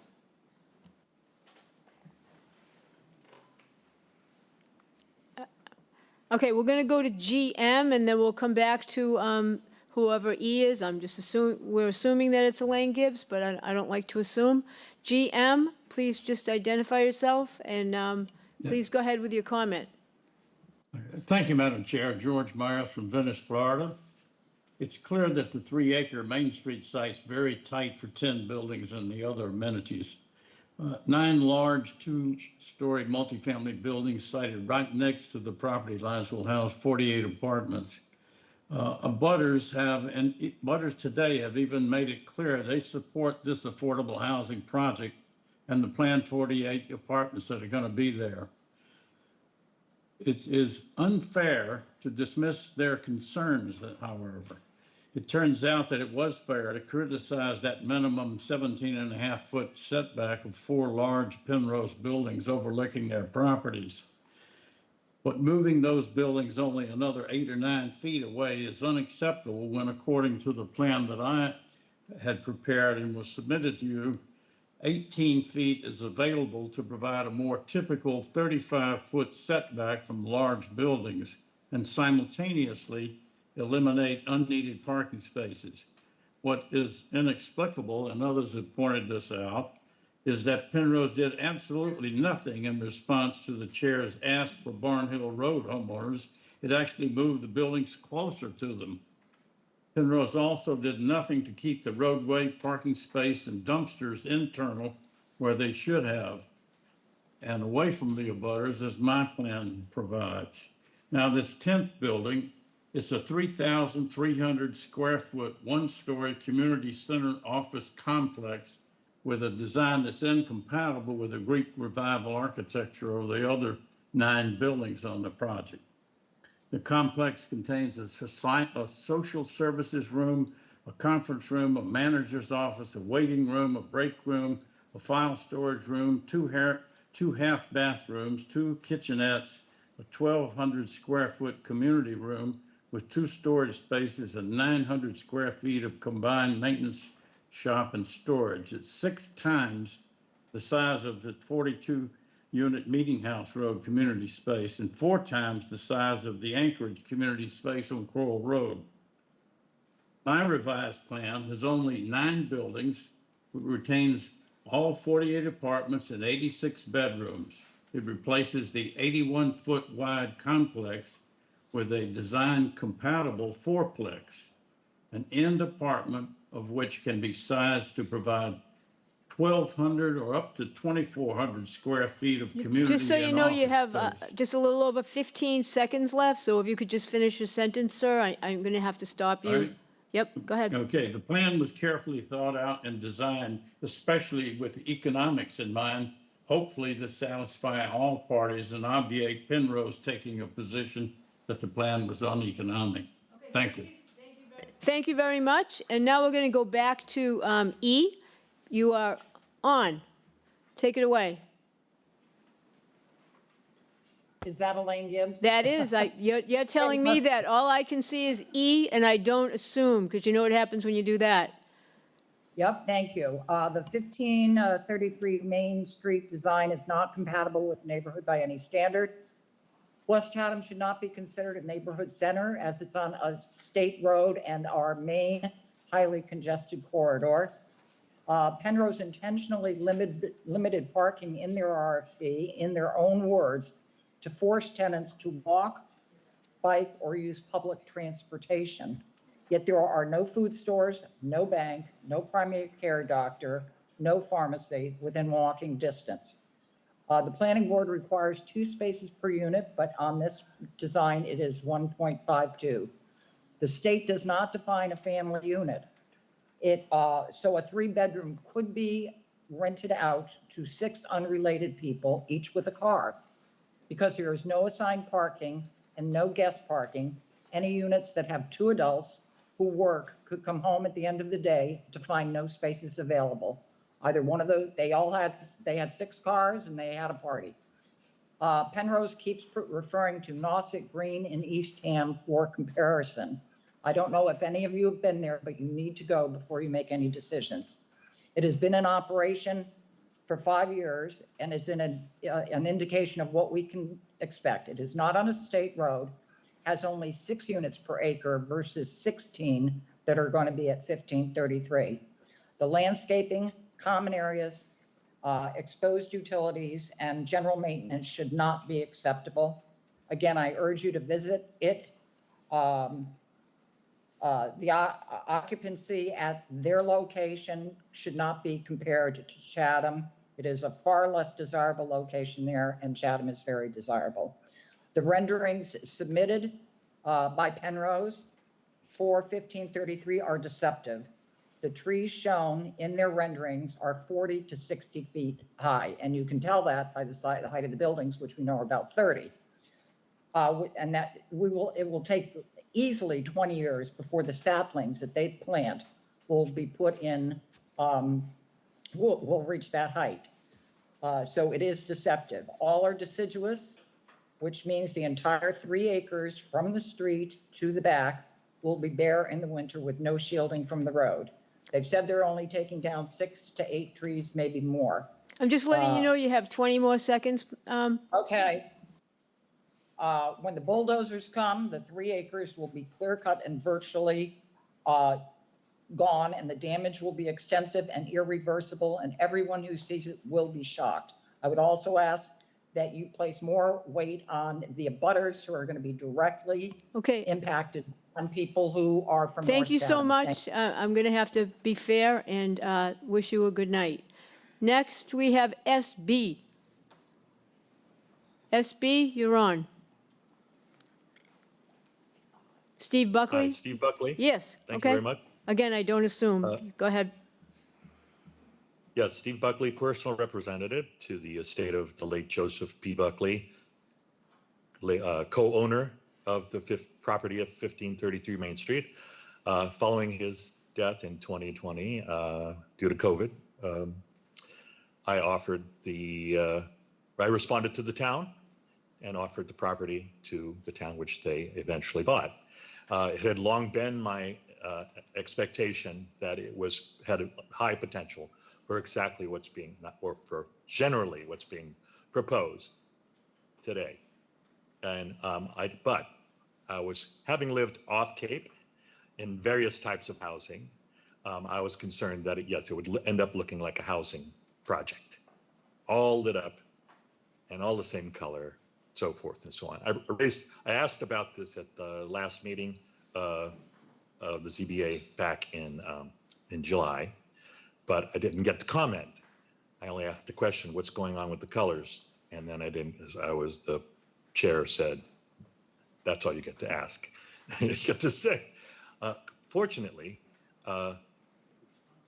the Penrose has responded with one of the packets today and showing that they have come back with some colors.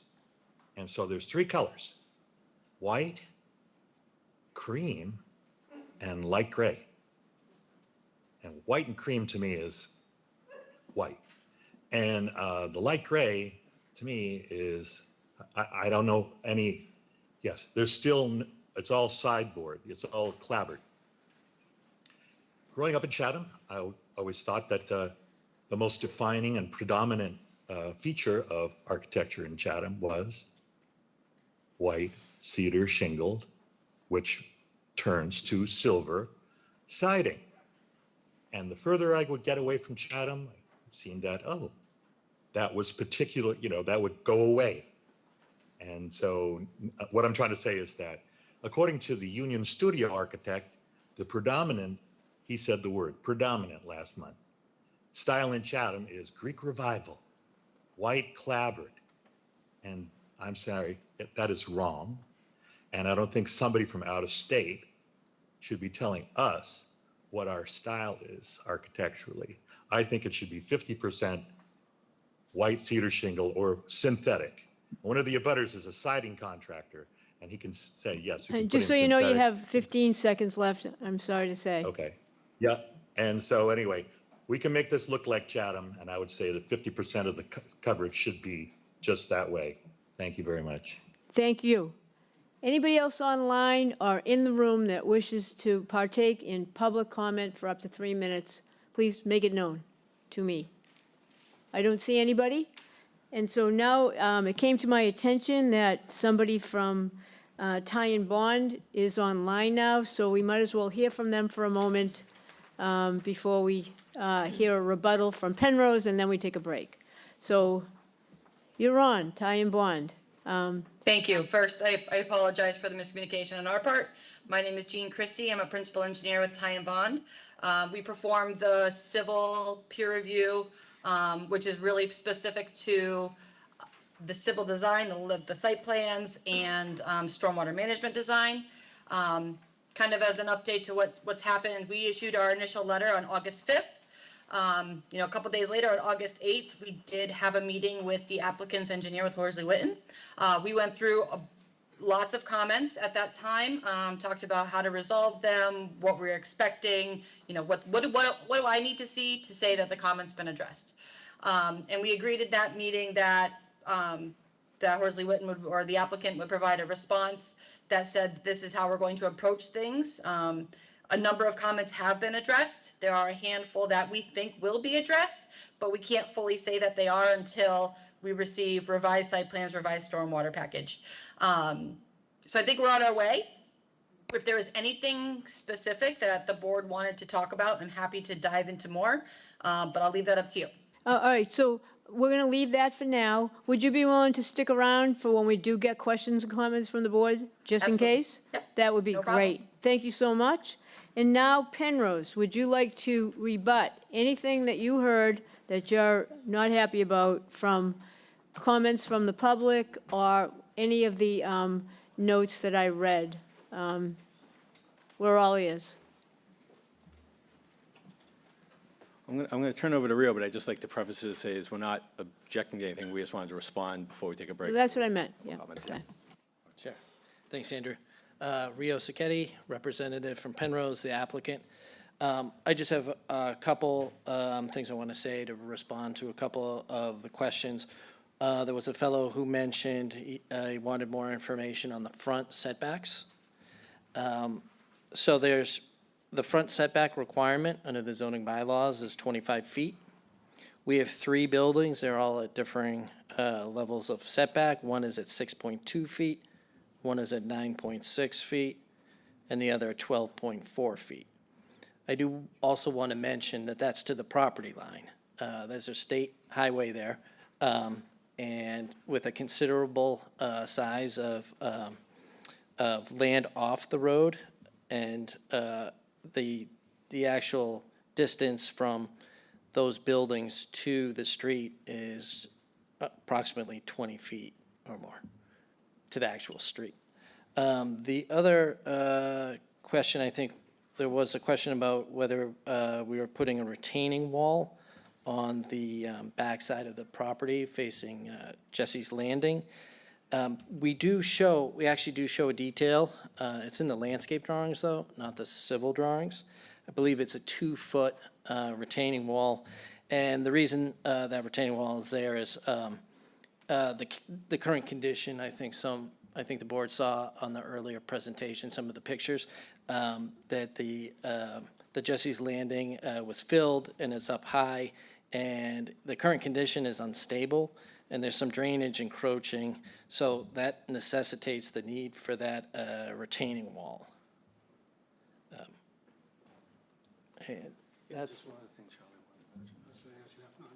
You all say? Yep. Thank you.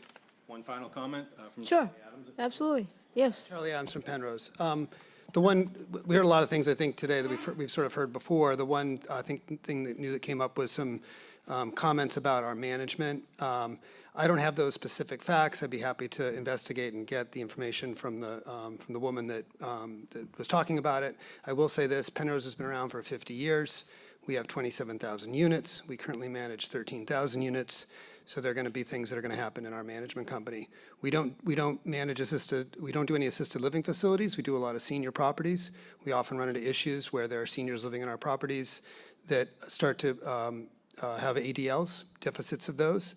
So it becomes challenging. I don't know if that was this particular situation, but we often encounter that where there are residents living in our buildings that have deteriorated and need to move to to assisted living because we're independent living. So we have supportive services coordinators. It's a group called CIC, Community Impact Coordinators, that we assign to most of our properties, and especially our senior properties, to work with individuals that may start to have failures, to work with their families, to identify their needs, and if they can't live independently, to help them find alternative things. So that's a general statement. I don't know the specifics of this case, but given the volume of units that we have and the things that we manage, there will be issues that will come up like this, and we try to address them and deal with them the best we can. So I'd be happy to try to get more information on that if that's of help at another meeting. So just wanted to say that. Oh, yep, thank you so much. Anything else, Mr. Singer? No? Not right now. Okay, so what we're going to do now is we're going to take a break, 5 to 10 minutes. Then we're going to come back and go over the waivers. And then we're going to have questions and comments from the board, pick a new date, and see what we have left. So with that, we'll be back.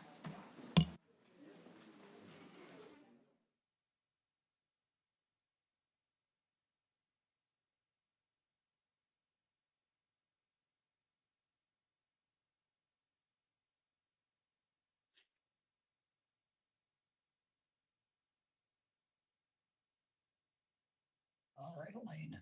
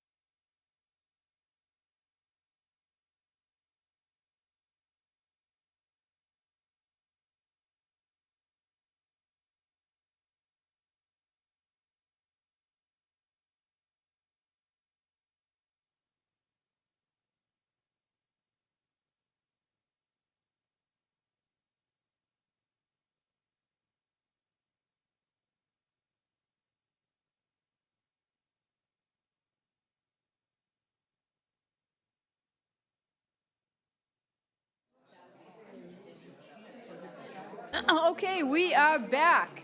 We're back. We are back. We're back. We're going to go to, we're back. Yep. On the air. So we're going to go to review of waivers, I think now, right?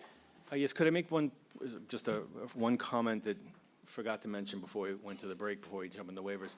Just wanted, and I mentioned it earlier, but I just want the board to, and I think you know this, but to know it again, is on the west side, because there were several comments about that, earlier on, both after the May meeting, the June meeting, and at the July meeting, there were changes made on that side so that the smallest building in the development is the only one that's behind the Levitt property. It is under 30 feet height.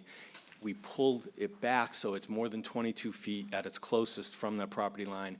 And then parking and the dumpster were also reduced and moved earlier to expand that setback there too. So more screening, and I know the parties were talking during the break, more screening can certainly maybe be done there, but the applicant did try to respond and made changes there as well as in the south. Okay. And then, yeah, happy to go over waivers.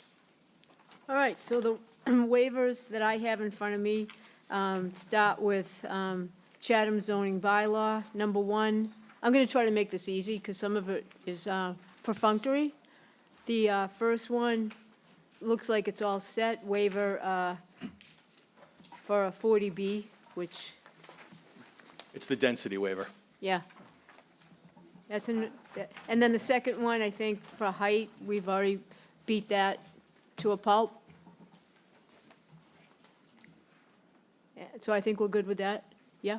Yes, I just put the final numbers Yeah, in this okay. revised in this list. And then the next one is waiver from Appendix 2. I think this is is this the one that was going to Jay? This is building coverage. Yeah, building coverage. I'm going to ask our building commissioner to respond to this one a little bit. Please go ahead. Thank you. Jay Briggs? Jay Briggs, Building Commissioner. In looking at the buildable upland for the site, in the original proposal of 23% building coverage, and then a reduction to 20% building coverage, I just ran some numbers, and that comes up with 3,854 square feet, plus or minus difference, reduction in building coverage. And I just wanted to have you guys verify that, because the only reduction I'm aware of would be the front building, and that was about 900 or so square feet. So I just think there should be a change in that, or a check on that, just to make sure that the waivers are accurate and appropriate. We can double check that. Yeah. Okay, we Thank can you. even come back to that if you want, if you want. Yeah, I don't know if I'm going to be able to answer. Yeah, with your right calculator. standing here, but we'll definitely Yeah, get an answer. yeah. No, we understand. Number 4, so that was about parking, and you've already done, you've That's the gone to parking, that. correct. And then number 5, let's see, did we have anything with that one, Sarah? 5 of the front You made setbacks. You made improvements, that's what my note is on that. Oh, number 6, this is kind of interesting, because we don't have an Appendix 3, and you say waiver from Appendix 3, footnote 11. You probably mean Appendix 2? It might have been a typo. That's fine. And do we need anything with that one, Sarah? Town council, oh, this is the one, town council. Jay Talaman, you with us at this moment? I am. Oh, great. So as we indicated earlier, number 6, I think it is, on the waivers, footnote 11. Can you opine on that, if we need it? Yeah, it appears to me that that is related to non-residential or commercial properties based upon the exchange. I didn't get a chance because it came to me shortly before the hearing, but it appeared that the footnote in question doesn't relate to residential and relates only to commercial. You know, my response in an email to Sarah is that it's probably harmless to include the waiver. I don't think they need it. You know, my general approach to waivers of things on certainly a dimensional nature are that if we can see it on the project and the project's otherwise approved, then we're probably going to grant a waiver. I think it is a good exercise to get familiar with what the waivers are, which is exactly what you're doing. Ultimately, we're going to care about the ones that they need. And so, and we're probably going to give a big block of conditions with respect to the waivers that relate to the dimensional stuff. And if there's more process related or fee related waivers, we'll probably dissect those separately. Okay, thank you. You okay with that, Mr. Singer? Yes. Okay, very good. So Chatham bylaw waivers, there are 3 here. The first one, that's a demo delay for the cottages, I think. Can we talk about, at some point, you talking to the town about people taking those or cottages? Yeah, we have had some preliminary conversations, and conceptually, if the structures that are on the site are otherwise salvageable, and if there is a third party in the community that would like to salvage it and remove it from the property, that is something that Penrose has no objection to, provided only that because again, these are town-owned buildings. So Penrose as the applicant has no problem with that. So assuming that the town's okay with it, then provided that the structures could be removed in a manner and in a time frame that does not interfere with Penrose ultimately building the development, then Penrose has no problem with it. So happy to work with the town, because it's really not up to Penrose, but happy to work with the town on that if that's desired. Okay, thank you. A waiver to the extent necessary for the HBDC guidelines. So we've talked about that, and we're likely to talk about conditions with that, and you've already been flexible. So we might have some questions about that topic later from the board based on what Mr. Buckley said earlier. So why don't we keep that one open? And then number 3, that's HBDC waivers. Do we need to talk about that one? So you have the, B2 is for certificate of appropriateness for the signs that are being proposed. B3 is for demolition, new construction, site improvements for from the HPDC design guidelines and procedures from their review. So you want 2 signs? Yes? Let me Oh, yeah, so let me have somebody who can. that's something that the board might not realize at this point, and we can talk about it We haven't later. discussed it, yeah. Yeah, we haven't discussed that yet. That's a sign waiver. Mark from Crowley Cottrell, we're the landscape architect. There are currently 2 signs proposed, one at each entrance into the project. They are shown on the landscape plans, and there are details included in that package. Okay, so we might get back to that later then. See what the board thinks about 2 signs versus 1 sign. Okay, and then the Cape Cod Commission, my understanding is that has to be given, so, Yeah, the Cape Cod Commission's treated as a local board for purposes of 40B under state law, so we always have to technically get a waiver from that. and we always have to give it, so. It's like the density waiver, it's the same, it's the same concept. Okay, so that concludes our discussion on waivers at this juncture. So now we're going to go to questions and comments from the board that should also include what you'd really like to see that you haven't seen yet, if anything, so we can start to see the end of the road here. Who would like to go first? I'd be happy to. All right, Mr. Nixon.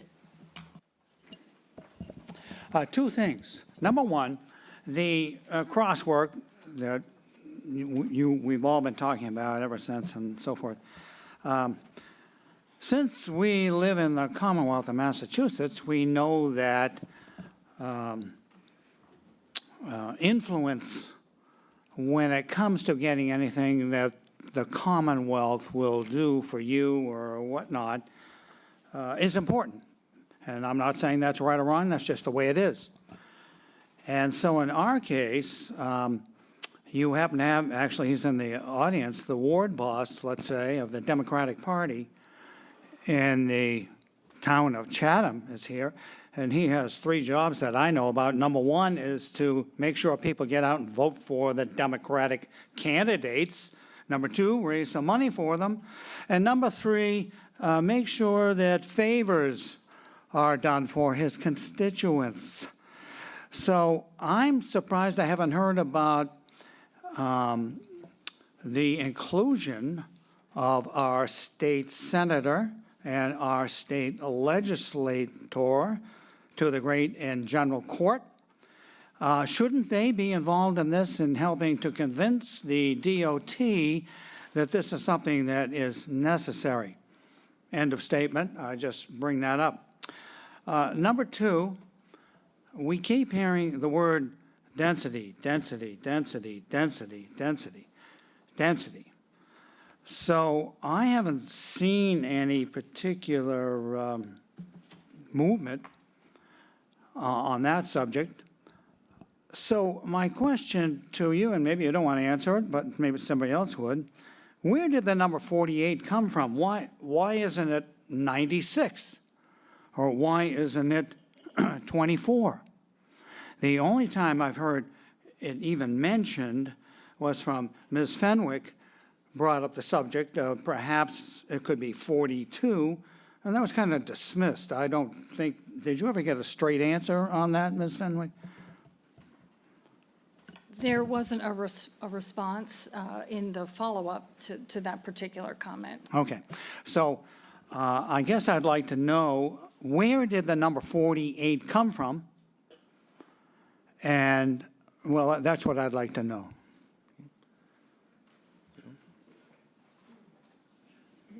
Someone other than me is going to speak about it. Sure. So thank you. So whenever you look at, we spend a lot of time when we study these properties.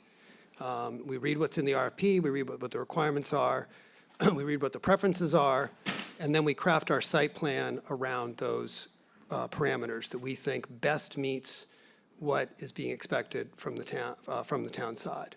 And so we spent a lot of time working on the site plan, figuring out what the proper amount of units would be that we could support from an economic perspective, and balancing that with not overburdening the site with too many buildings and too many units to do that. And so it's a real iterative process where we sort of landed on that number. The one thing I will generally say about that is that, and in this case in particular, and why the number 48 is particularly important for this project, is that Penrose's general principles are to not do any project less than 60 units. We were willing to make, to go below that here, mostly because we have other properties and other resources in the area that we could draw on.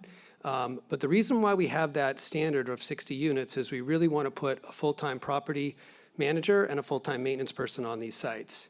We would be doing a disservice to our residents, and we'd be doing a disservice to the towns which we work in terms of the town of Chatham, if we didn't do that.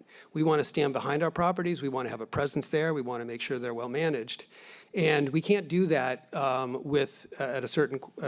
below a certain number of units. And so at 48, we sort of thought that was kind of the bare minimum with which we thought we could do for this property, to try to manage it in the way that we think is responsible and would be in the best interest of you as our partner in this, and for the residents. Is that helpful? So you came to the number via that process you just described to me first. And then from there, you said, okay, we can put in 10 buildings, or did you go the other way around? We look at the site and we figure out how do we get to the critical mass of, first of all, we'd actually looked at the site and say, how do we get to 60 units here? That's where we start, because that's the parameter for which we look. Okay. And then when we looked at that, we're like, that doesn't feel right. That's too many units here. Okay, how do we scale it back to a number that we still think we could live with? And if this was and the reason we could do that was because we have these other assets in the community. So if you really go, I mean, that's where we would have started from. So if, for instance, you had thought, well, let's try 36, that wouldn't work for you because economically to Penrose, it would not. It's not about, it's about being able to deliver a good quality project for you. Mm-hmm. Okay. and you couldn't go up to the 60 or beyond that because you didn't believe the acreage would support it? We did, when we did different site plans with 60 units, it just didn't feel comfortable. So Okay. we scaled it back to 48. It would just be too much? And we just can't go below that. Too much? Oh, Yeah. mhm. Okay, thank you for the answers. Yeah. Okay. David, do you want to talk about what you need? If you have any other facts that you're going to need or anything that we need to investigate before we start to think about closing the hearing? No, I don't think so. I think the discussion we've already had about the crosswalk, which is very important to me, that's why I brought up the idea of political aid in order to get it done. Right. Yeah. I don't think anything beyond that hasn't been touched somehow, but thank you. Yep, yeah, sure. David Veach, I already know the answer to this. You were happy with the project right from the beginning, but I'm going to go to you next just to get that out of the way. I was, I think, happier than some of the changes we've made, but, so I'm looking at what we're losing another 11 parking spaces in order to increase, to create this buffer of additional 9 foot of planting buffer in the back. And I've noticed that a few of the letter writers today and speakers and other members of the community have expressed concerns about, whether the parking is adequate as it was originally presented. And it seems that we're hearing from Penrose that they feel that this, we started out talking about height, building height. And in that case, much of what we were hearing and what we were trying to do was because certain of buildings were in excess of what the town's bylaw standard is, the 30 feet. And there were a number of people in the community who seemed to be upset about that. And Penrose has responded quite well to the suggestions that we made about the ability to lower some of the buildings and take the height down somewhat on the other buildings. Now, we're talking about the parking, and the standard for the parking in the bylaw is 2 spaces per unit. And the initial proposal was for 1.85 spaces. Now, we're getting suggestions, and we're pushing to drive that lower than the standards in the bylaw. So I would think Penrose would be getting a little bit of whiplash here in trying to know how to respond and how far to go. And so I don't know if Penrose feels that, I guess this is my question, if Penrose feels that in order to achieve this additional buffer and the loss of 11 parking spaces, if they feel that will not negatively impact the quality of life for the residents in the proposal, who I'm mainly concerned with. This looked to me like a good project. I think it still is. And, but I'm thinking about the people that are going to be living there. So if they feel, based on their experience, that continuing to reduce the parking is a doable and is not going to significantly negatively affect life in the project, then I'd be happier. Other than that, I'm not sure. Because as far as the 9 feet additional buffer, first of all, what I'm hearing from some of the neighbors is they're not happy with that. They don't like that. So I'm not sure. The other part of this, I guess my question or comment is, well, all right, so we had 17 feet of buffer along that line. Now we're at 26. So does that additional 9 feet, what does that translate to in terms of plantings and the ability of buffers to be effective? You know, we have the sections from the last meeting that the architects had prepared showing that from various angles, given the plantings that were proposed, I don't know at what level of maturity that would be, but showing that the concerns about seeing the buildings were perhaps not accurate in terms of what it will actually be. So I don't know, I mean, I guess I'm seeing this as a trade-off. Losing parking in order to create an additional buffer. And if that buffer can be that much more effective, fine. Other than that, I'm not sure that it's something that I think is an improvement for the project. Some of the comments, and I note particularly some of the comments that Carolyn McClellan has made to us over some of the meetings, really have stuck with me. And you know, one of the things that she said was, you know, we're seeking to add to in many respects, to ask more from this developer than we do from our everyday subdivision developments in many respects.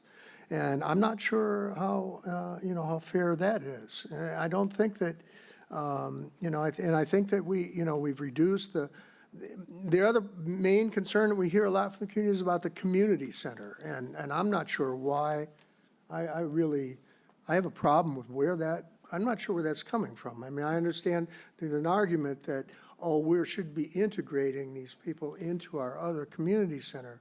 But keep in mind that there's these buildings and these apartments, I mean, there really to me, the idea of having a community-oriented space to be used by occupants, to me, makes a lot of sense. And it's an amenity that we should not be taking away. And we are certainly not, I mean, I don't even agree necessarily with taking away the fitness room, but it did improve the front setback, so that's in their favor. But I want to, when it's all said and done, if I'm going to sign onto it, I really want to feel that the things that we have sought to do have made this a better project, an improved project. And we've responded in ways that I'm not hearing anything much different from the neighbors. They're not any happier. So I'm not sure where I am with it. Is there anything you want to see done that hasn't been addressed? I don't think, no, I think, I guess maybe other than sharpening their pencils and looking at parking experience and the ratios. They were actually excited about reducing the parking last time, so they used the word excited. Excited? Yeah. Of course you I are. don't remember using that word. No, Carmen used the word excited. I never forget. You notice she's not here today. Yeah. No. Yeah. Something else might come up, Randy, but I can't think of anything else that I want to Sure. know. All right, Thanks. I'm going to swing over to the other side of the room, and then we'll come back to Ed. Lee? Well, I have to say, I was very pleased with what the updates that Penrose has made. I completely understand where David Veach is coming from with the parking, and I'm concerned about the parking too. And I guess I would ask Penrose, does giving up those spaces for that buffer, is it okay? I mean, you guys have the experience with these developments. I mean, if I were here in this development, and I couldn't get a parking space, I would not be happy.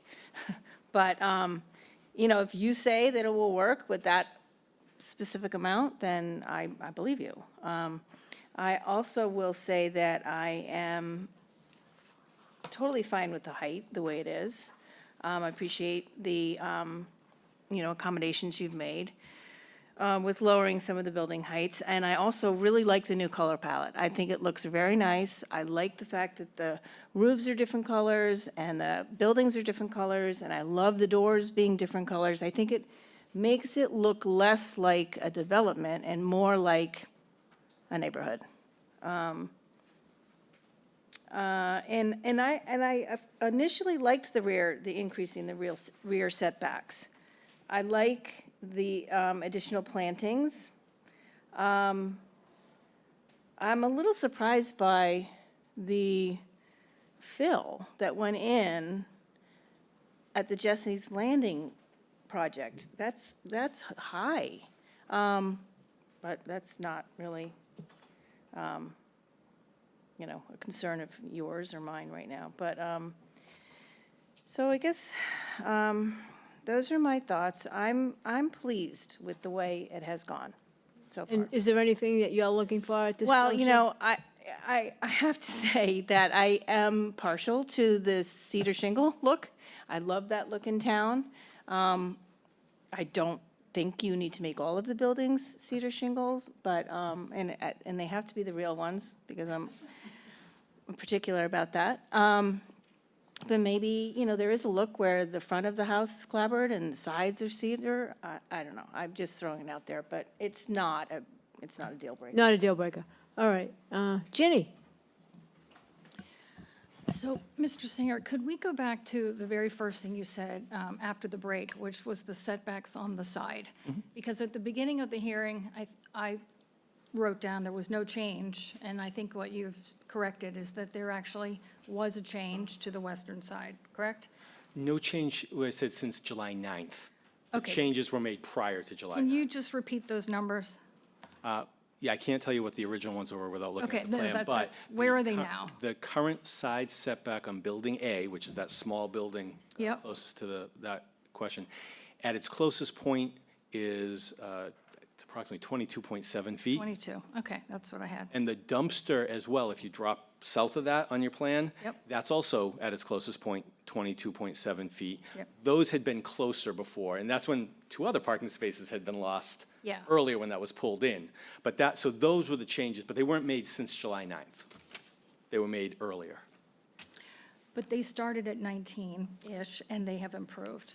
Yes. Yeah, 19 and change, yes. All right, I don't think I was clear or made that clear at the beginning when I was doing the accounting, so I wanted to kind of reconcile that. Okay, then as you go, so building 3 is 22, building 2 is 21.8 or something. I mean, they're all in this, and then building 4 is around 21.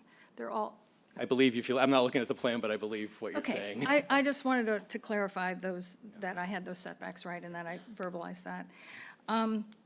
So we hear a lot about setbacks, we hear a lot about density.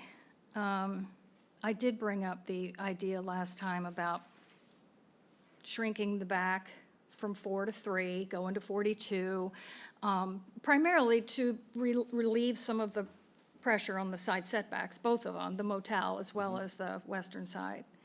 But also reduce some of the pressure on Jesse's Landing, 3 buildings as opposed to 4. And I do understand from what you've said, I just want to clarify, 48, and I appreciate the comments from, I'm sorry, I don't know Adams. your, yes. But I also just want to make sure I'm clear, and that others maybe are clear, that part of this LDA, this agreement that we have, the town with Penrose, is for 48. Okay, I mean, you didn't say that, but I want to make that clear to everyone, that we really can't negotiate that number. Is that true? Yeah, Okay. after I sat down, I should have added that. Yeah, that is Okay. our agreement with the town. We have for 48 units. Okay, so initially, I was asking last time for 42, not really appreciating that or understanding that. So that's what I've learned since then, and I just want to make sure that was understood by everyone. That was, so. yes, that's what the Okay. town wants. All right, I wanted to clarify that. Traffic, there was something that I read and that we heard, I think I heard a little bit about it today, but not as explicitly as this. There was a study there was a comment made that the traffic study that was previously done was done in November, and that wasn't an accurate representation. So another one was done, and it was done in July. And what I read was that it was significantly higher. I mean, I think we would have guessed that. 60% higher, really. But then the comment after that was, but this shouldn't change the impact of our study. So can you explain why such an increase would not impact the overall traffic assessment?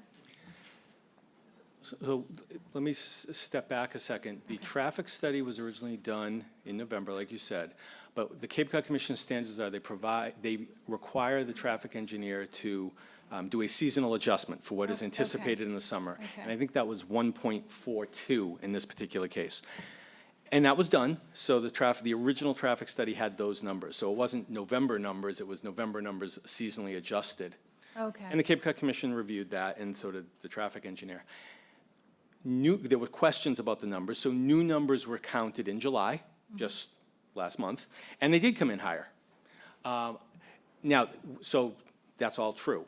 What I'm about to say, I'm not a traffic engineer. What I can say from reading the traffic engineer's letter and Ty and Bond's peer review of it is that based on how traffic engineers look at safety and access and studies and all that, they felt that even with the increase in the numbers in July over what the seasonal adjustment had been anticipated last year, it did not negatively change the functioning of the intersections at play, with the one comment that you heard that our engineer's looking at. They asked to look at the roundabout just south here of Town Hall, because 60% of the traffic's coming from the west. So that is being looked at. So that was the one thing that Okay, they'll respond to in their letter, or maybe other things, but they'll respond to that. okay, thank you. That, No, there is no such thing, sorry. There's no such thing. Go ahead, Mr. Singer. I'm done in Yeah. responding to. Okay. one more question Yep. and then two comments. The opportunity to rent that came up in one of the comments today, and I've actually been hearing some about that too. Can you comment on like what that process is? Like, there's a certain percentage that goes to this group and then it can go to anyone. Can you elaborate a little bit on that? The concept of local preference, the state allows a local preference to be offered up to 70% at the time of initial tenant up only. So there is, what the applicant is committed to is to offering a local preference, if there is such a demand, up to 70% at that time of original leasing out the 48 units. Thereafter, if they're year, 2 years, 5 years from now, there's a rollover in tenancy, you're not allowed to offer local preference. It's just then available to those who apply and otherwise are income qualified through the process. Your monitoring agent, they have to qualify through those numbers. So that is, and I see that Jay has come on as well in case he wants to add as well, but that's my understanding of local preference. Okay. Jay, did you have anything to add? Attorney Talman, you got big on the screen, so sometimes we think that means. Just trying to anticipate when you may want me to swoop in. No, Attorney Singer has it right. The other thing I'd add about local preference that I think is important, and we're going to have to cover in the conditions, is it's not a given. We are going to have to demonstrate, and we're going to need the applicant's assistance because they've conducted a lot of demographic analysis. We're going to have to demonstrate to EOHLC that we actually need local preference here, that there's an unmet need here that we need local preference to solve. There's a way to do that. Penrose is familiar with it, and we're probably going to bake in some conditions that allows us to work with them and for them to take at least one of the laboring oars in helping us prepare that presentation to EOHLC. So I just don't want to lose sight of that if people think we're automatically getting local preference, we're not. We have to work for it to justify it under the Fair Housing Act, but they've been pretty good about allowing it, provided we provide the demography to support it. Yeah. Okay, thank you. That's good to hear. Okay, my two comments are, I was curious about making sure that there's been, so much feedback about this project. And I said, I'm pretty sure the town voted on this project. The town had the opportunity to do that. So I did some research, and yes, on June 12th, 2021, Article 18, there was, it was about acquiring not just property for the town, or not just property for the town for possible affordable housing, but it was to acquire this lot, 0-1533 Main Street. And it's also specifically said for affordable and attainable housing. And the vote at that town meeting was greater than 2/3. So I do just bring that up because I do think it's important to consider that the town has voted for this, not necessarily Penrose, I get that, that's not, but that's who our select board had chosen through RFP process, et cetera. So I wanted to, that's a comment that I just want to make.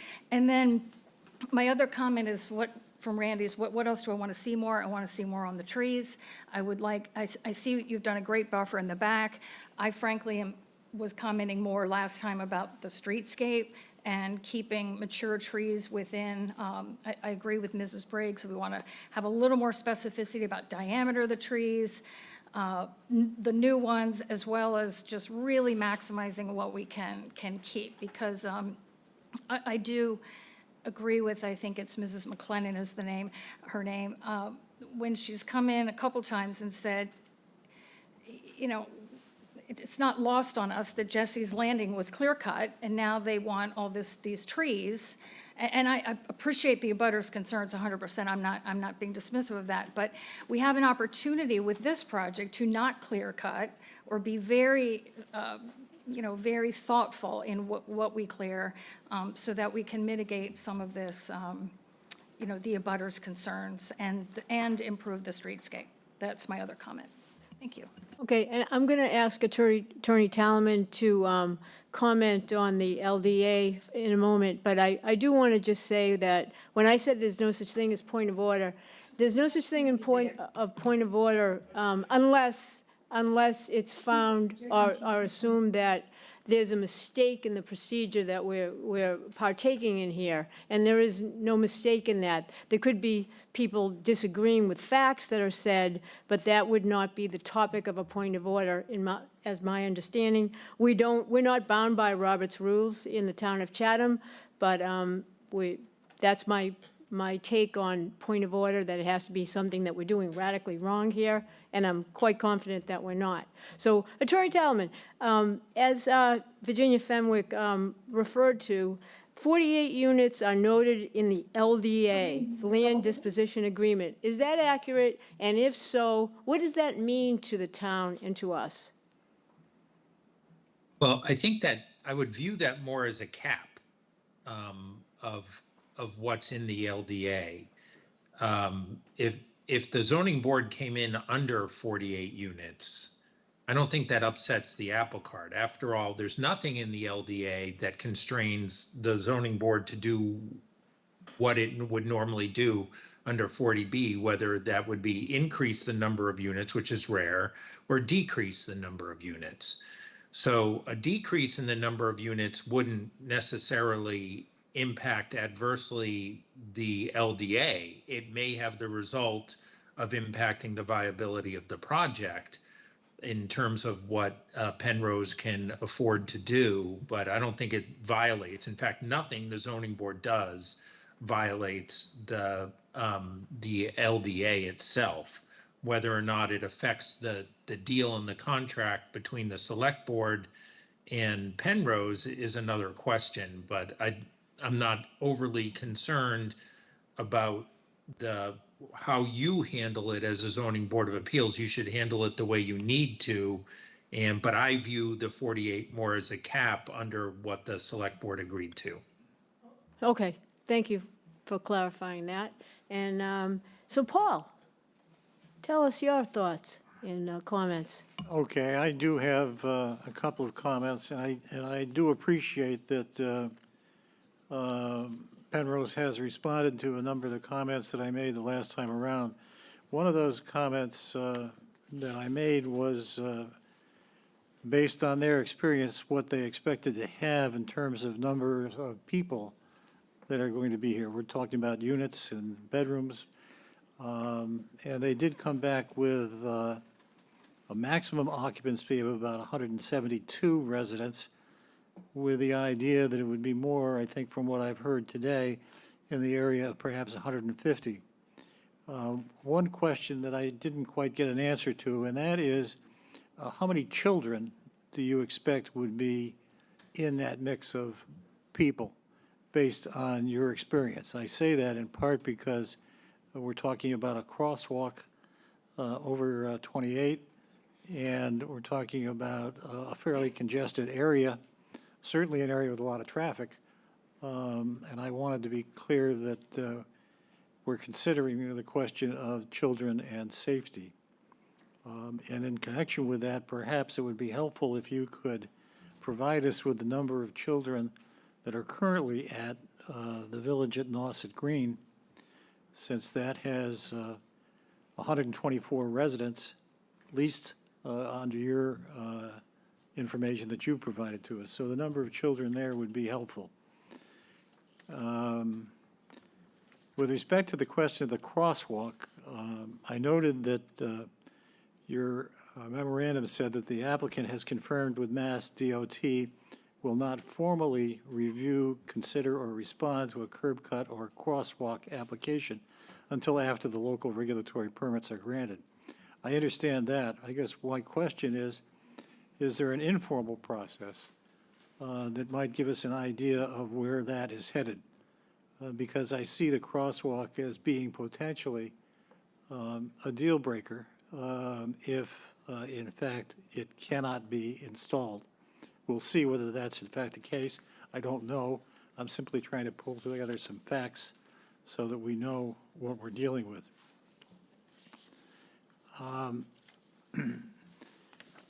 One other thing I'd like to have you provide, if you can, is a draft of a sample of lease arrangement or covenants that you have with the tenants, so that I get an idea of what you say with respect to motor vehicles and what that might impact on the question of parking, and whether those motor vehicles have to be registered in order to be in your parking. Some of that you may be able to answer right now, but. Well, I didn't know if you wanted us to hold off. We have answers. There were several questions. No, If you want yeah. to hold off, Okay. I'll let everyone- Yeah, let him finish and then. That's fine. So I guess one question would be, do the vehicles have to be registered in order to be in the parking areas that would be used here?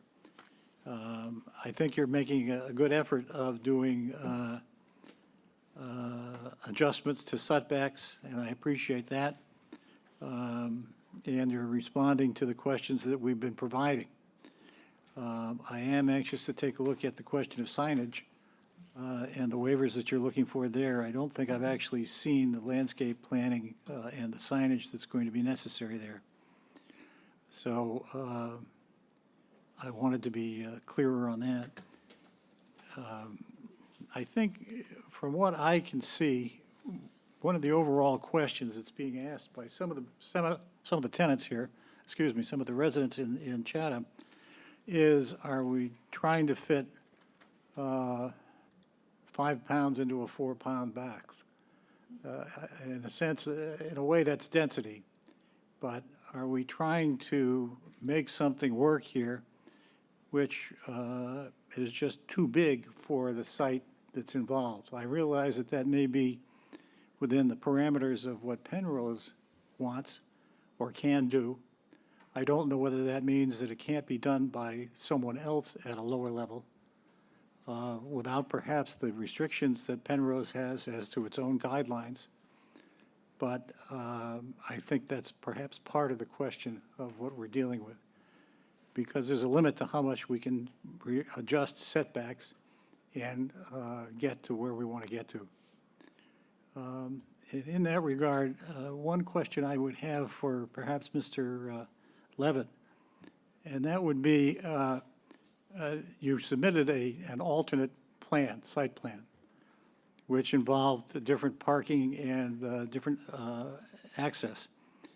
But I'm unclear as to whether that plan was in fact acceptable to police and fire departments. My last impression was that it was not necessarily acceptable to the fire department. Is that in fact the case? If you can just go up to the mic.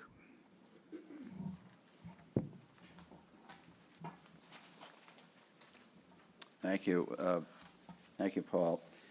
We did not consult the fire department, but we designed it in such a way that the previous approval that the fire department gave for the previous site plan.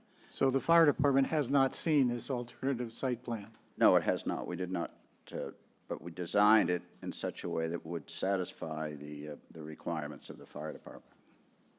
I think you can probably understand that we would be reluctant to adopt a site plan which has not been I wouldn't want seen you. I by. certainly wouldn't want you to. Okay, thank you. Simple, if I could just follow up legally. Yes. And it's in some of the correspondence that you have, whether that plan is acceptable to the Levitts or others or not, it's not the plan before you.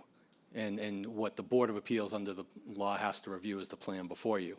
And so that's not the plan that's before you for consideration. I understand that. I guess the question is the extent to which we would want to impose a condition on the plan that's before us that would revise the parking arrangements and the traffic flow, perhaps more consistent with that site plan, if it in fact would provide additional space for free space, setbacks, landscaping, or whatever. I think those are the only questions I had at this point. Okay, Paul, I think you also included what you'd like to see right in your comments, so thank you for doing that. Steve, and then Ed. Thank you. Well, one of the advantages of going later on is that most of your questions have already been asked. So, I won't delay that much.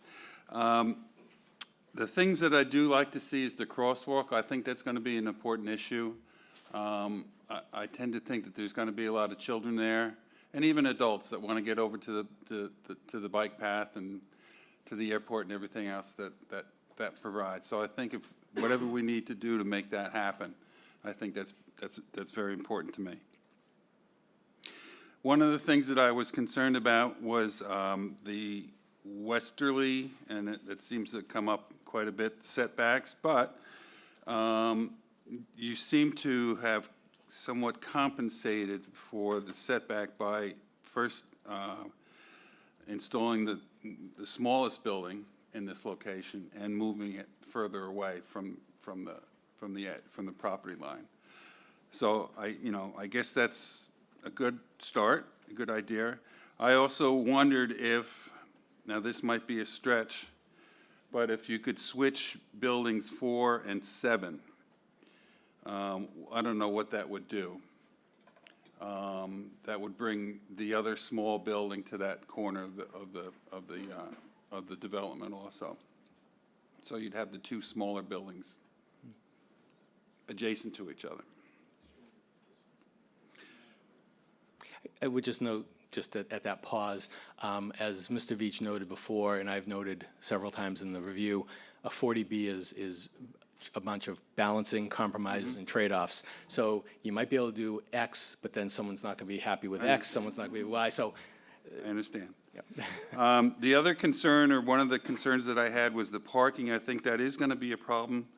I don't know if you're going to have some sort of contingency. You know, if 2 or 3 people, residents, have a guest over or 2 guests over, there might be a resident that's driving around the parking lot looking for a spot. So I think something needs to be done either with assigned spots or some sort of overflow parking, because it could actually affect the local businesses in the area. I could see people parking in the Dunkin' Donuts and walking over, or in the hotels that are adjacent to this, or worst cases, even parking on Jesse's Landing and walking through the vacant lot and over the 2-foot-high retaining wall. So after you've gone down the 12-foot-high hill with the fill. Yes, but it may not be people so have easy. done it. So I think parking is an issue, and should be something to consider, some sort of contingency plan for that. I'm glad to see the wider buffer in the back. as much as you can make it. I would like to see some sort of a revised landscape plan of how you're going to populate that with, and the types of trees and the sizes of trees that's going to occupy that space. I think that's important to the folks in Jesse's Landing. The siding issue is a good one. I would rather see that be a little bit more Chatham-esque.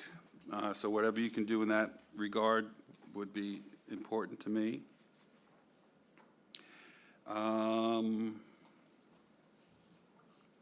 I think that's it. Okay, thank you. And Ed, please. Well, I don't know if the last meeting, and I'm definitely in the minority here, but I don't see the need for community building. I do see a need for more housing, affordable housing in Chatham. I'd prefer, or I'd like to know if it's possible to convert that building to housing and how many units you could get there. So I'd like to see Penrose come back. And I guess I'd like Jay to also clarify that, are we stuck on 48? Because I'd rather see a higher number in that community building taken out. They said it was a camp. Well, let's let Jay opine on that, and then we can go to Ty and Bond and ask about parking. Jay, please. So I think you are not technically constrained if you wanted to see more housing there. I think that the select board is going to have to check in on whether or not it's offensive to the LDA that they signed to go beyond the density that was agreed to. I don't have the LDA right in front of me right now, and I'd have to look and see what kind of flexibility is in that, and maybe Attorney Singer has a thought or two on that. But that would be my only concern, that we would want to, if there is a bona fide interest in increasing the number of units, that I think we'd want to hear from the select board on that, or at least I'd want to check in with them, perhaps in executive session, to discuss that in advance. But I have some hesitancy there. It is rare to increase the number of units in a project before 40B, but not unheard of. So it's just a slight caution there, and I don't know if Attorney Singer has any thoughts on that either, or Rio, but that would be the only caution. But you're not constrained technically as a matter of law. It's like pulling a thread a little bit. I ask because we have this large community building that, from looks to me, could possibly be an additional 6 units, additional 8 units for a very, strong need for housing in Chatham. So I think it should be looked at. And the only other comment I have is I'd ask Penrose to contact the neighbors regarding the buffer at the rear of the property. And I ask you to contact them because you're putting in a retaining wall 2 feet, but the property at the rear it's got to be 10 feet higher. And if you really want to do a screen, the trees should go on the neighbor's property, because that's where you're going to get your bang for your buck. There's no reason putting an 8-foot tree that's going to be down 8 feet below where their houses are. So there should be some communication between the two of you how to make that work best. And I'm suggesting is that the way to make it work best is you have the retaining wall, and then the trees should be perhaps at the highest point, if you could work something out in that area. And that's it for me. Okay, so before you have plenty to say. I'm quite confident. You didn't hear from me yet, but I want to just address parking, because a lot of people have asked about it here, and we have Ty and Bond. So what do you think about our parking situation as amended, Ty and Bond? I hope you can hear me. I don't know which. initial pairing that would be. Yep. Thank we you. did some quick calcs just through the ITE parking generator, and those numbers look like the average for 48 units would require 61 parking spaces. 85th percentile would be 76 spaces. So those are kind of the numbers that we found. What do we have? Are we good?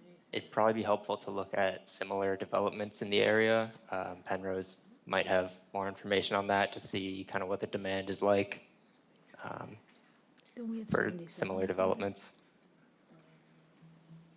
Okay, so you seem to think that the amount of parking we have now is suffice. It's adequate, yes?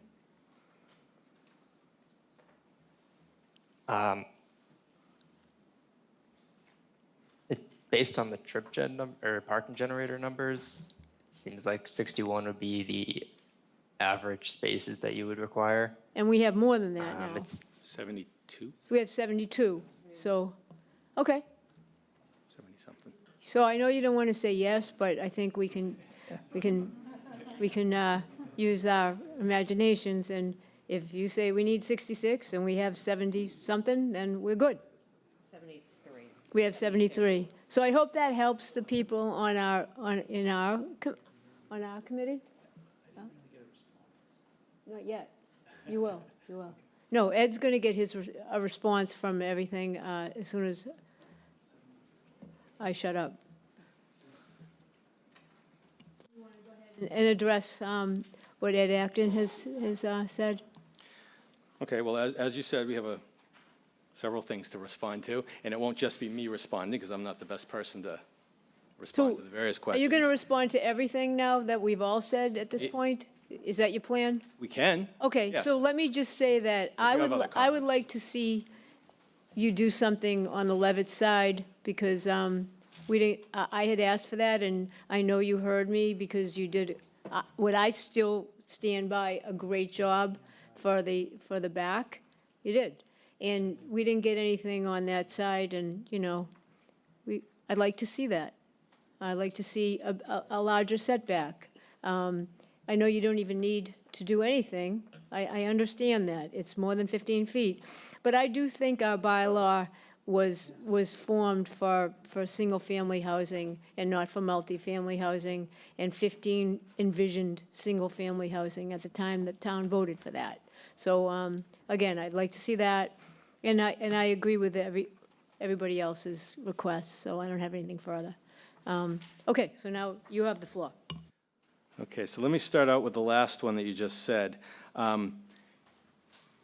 We can't, keeping the project that's before you as an applicant, you can't pull it into the interior, which is what you're requesting, either one side or both, without making the driveways too narrow for the fire department to get around. So as you saw in the fire department letters, to have parking and to have the fire trucks be able to get around, what has been designed works. They've pulled the buildings in, as far as they can. Now, the parties were speaking during, a break, and hopefully they can continue talking. But, excuse me, there is only so much, that you can do and provide the housing with the balancing that we're trying to provide.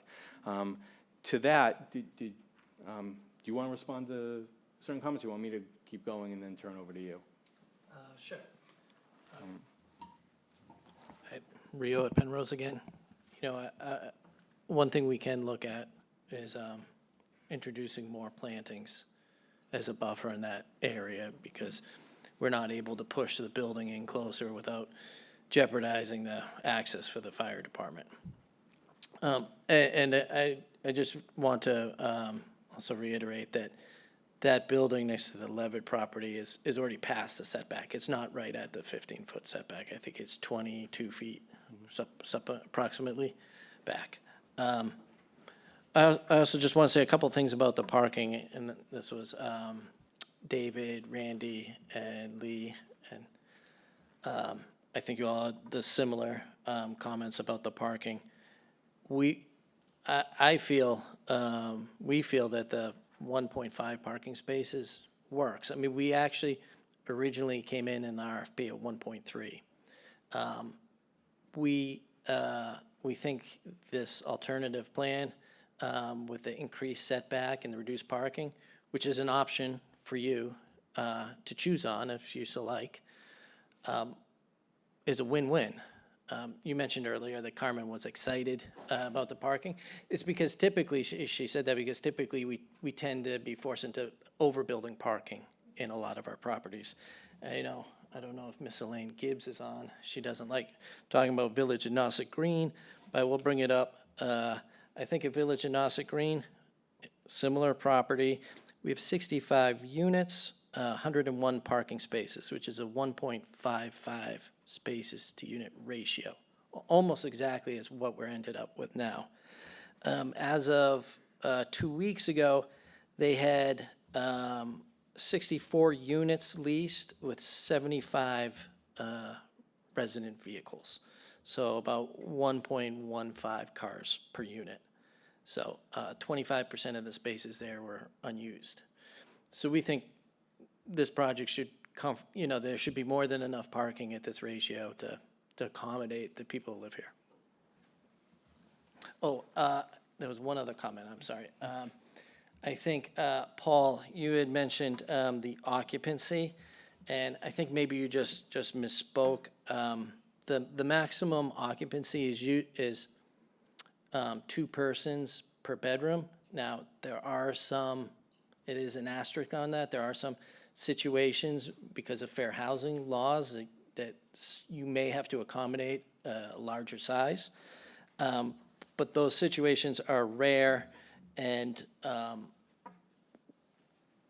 we, based on the current occupancy at Village of Nauset Green, we're estimating here to be 90 to 100 residents living at one time. I think maybe you had said 150 would be 90 to 100, which is, I think, would be based on the exact same ratio at Village of Nauset Green. And also, interestingly enough, during our lease up in Orleans, we ended up with that same exact number of peoples per bedroom that we had at Village of Nauset Green. So it's a pretty good rule of thumb.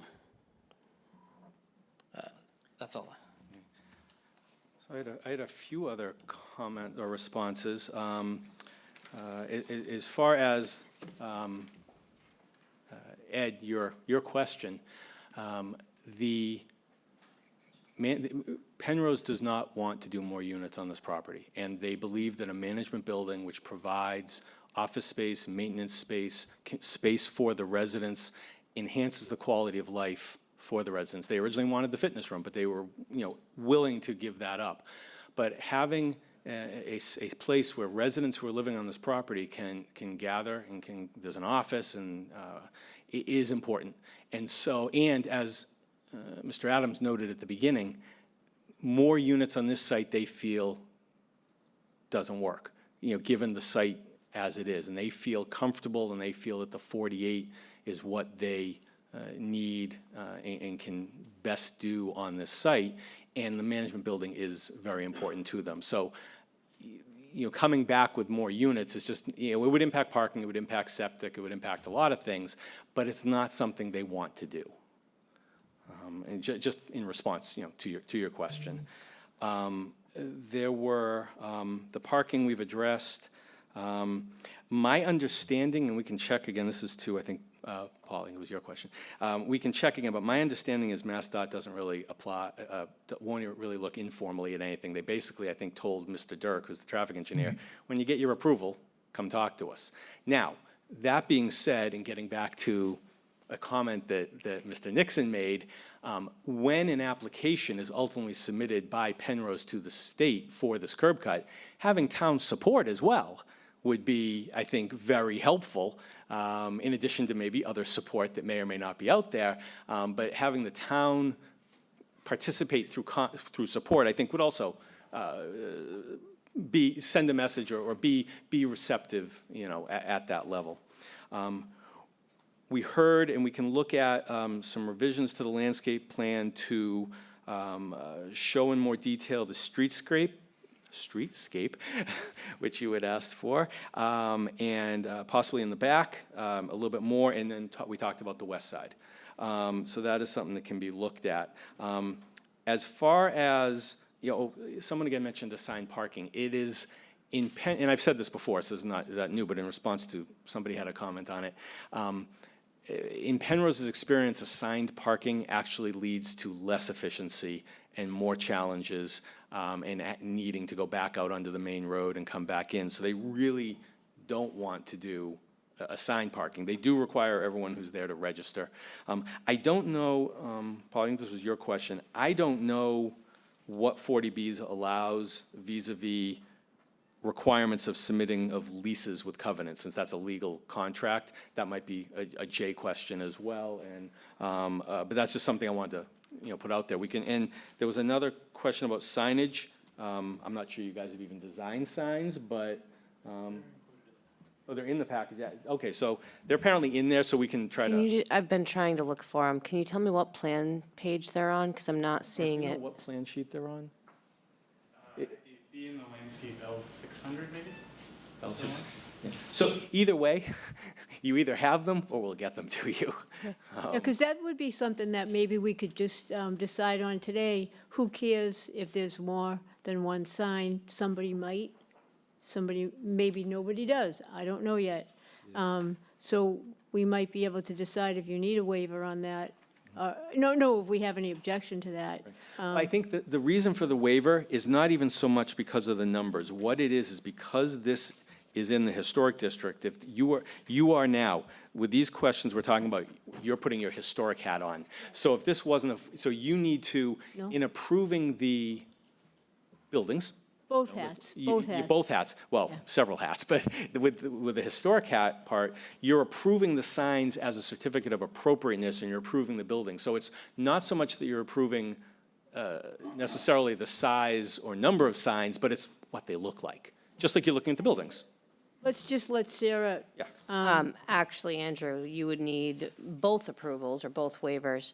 Ground signs in residential zones, you're allowed one. Okay. So that would actually be from section 225 of the general bylaw, in addition to a waiver from the design review by the Historic Business District Commission. Okay. We can add that to it, certainly. Yeah. So. Okay. So you need both of those waivers, and then we should have a quick discussion among us about signs. Yes, Ed? I would say 2 would be important at either end, because it's a busy road. You miss one, maybe you catch the next one. So that would be my one comment. Yeah. Okay, what do you think, Dave Veach? They want 2? Are you good with that? I would like to look at the situation a little more closely. I mean, I think our concerns with respect to the number of signs really would want to focus on safety and convenience. So I had not given it much thought, and it's I'd like to look at it a little more closely, Okay. look at the proposed locations and decide about them. That's fair. David Nixon? Unfortunately, the town of Chatham has gone sign crazy recently. Just trying to get to my home, they have added 6 signs in between the Coast Guard station and Stage Island, which is ridiculous. So sign, everywhere a sign? Okay. Paul? Well, I mentioned the sign question because the waiver request is to the extent necessary. I don't know what the extent necessary is. I don't know whether they're talking about we're putting, give me a dramatic, a neon sign, a 10-foot sign, a 2-foot sign, 2 signs, 1 sign. So rather than just say blanket to the extent necessary, I'd like to know what it is we're waiting. Yeah, you want to wait and see. Sure. Lee? Yeah, I would like to wait and see too. Yeah, and Steve, I guess we're going to wait and see. Yeah, well, Wait and having a little bit of experience with this from a past. Yes, you do. Yes, you do. I would probably rather see 1 double-sided sign unlit All right. So we're just- going to get back to that. And that's okay? fine, but just to point out, Sarah, it's detail 10 on sheet L401. So you have the signs.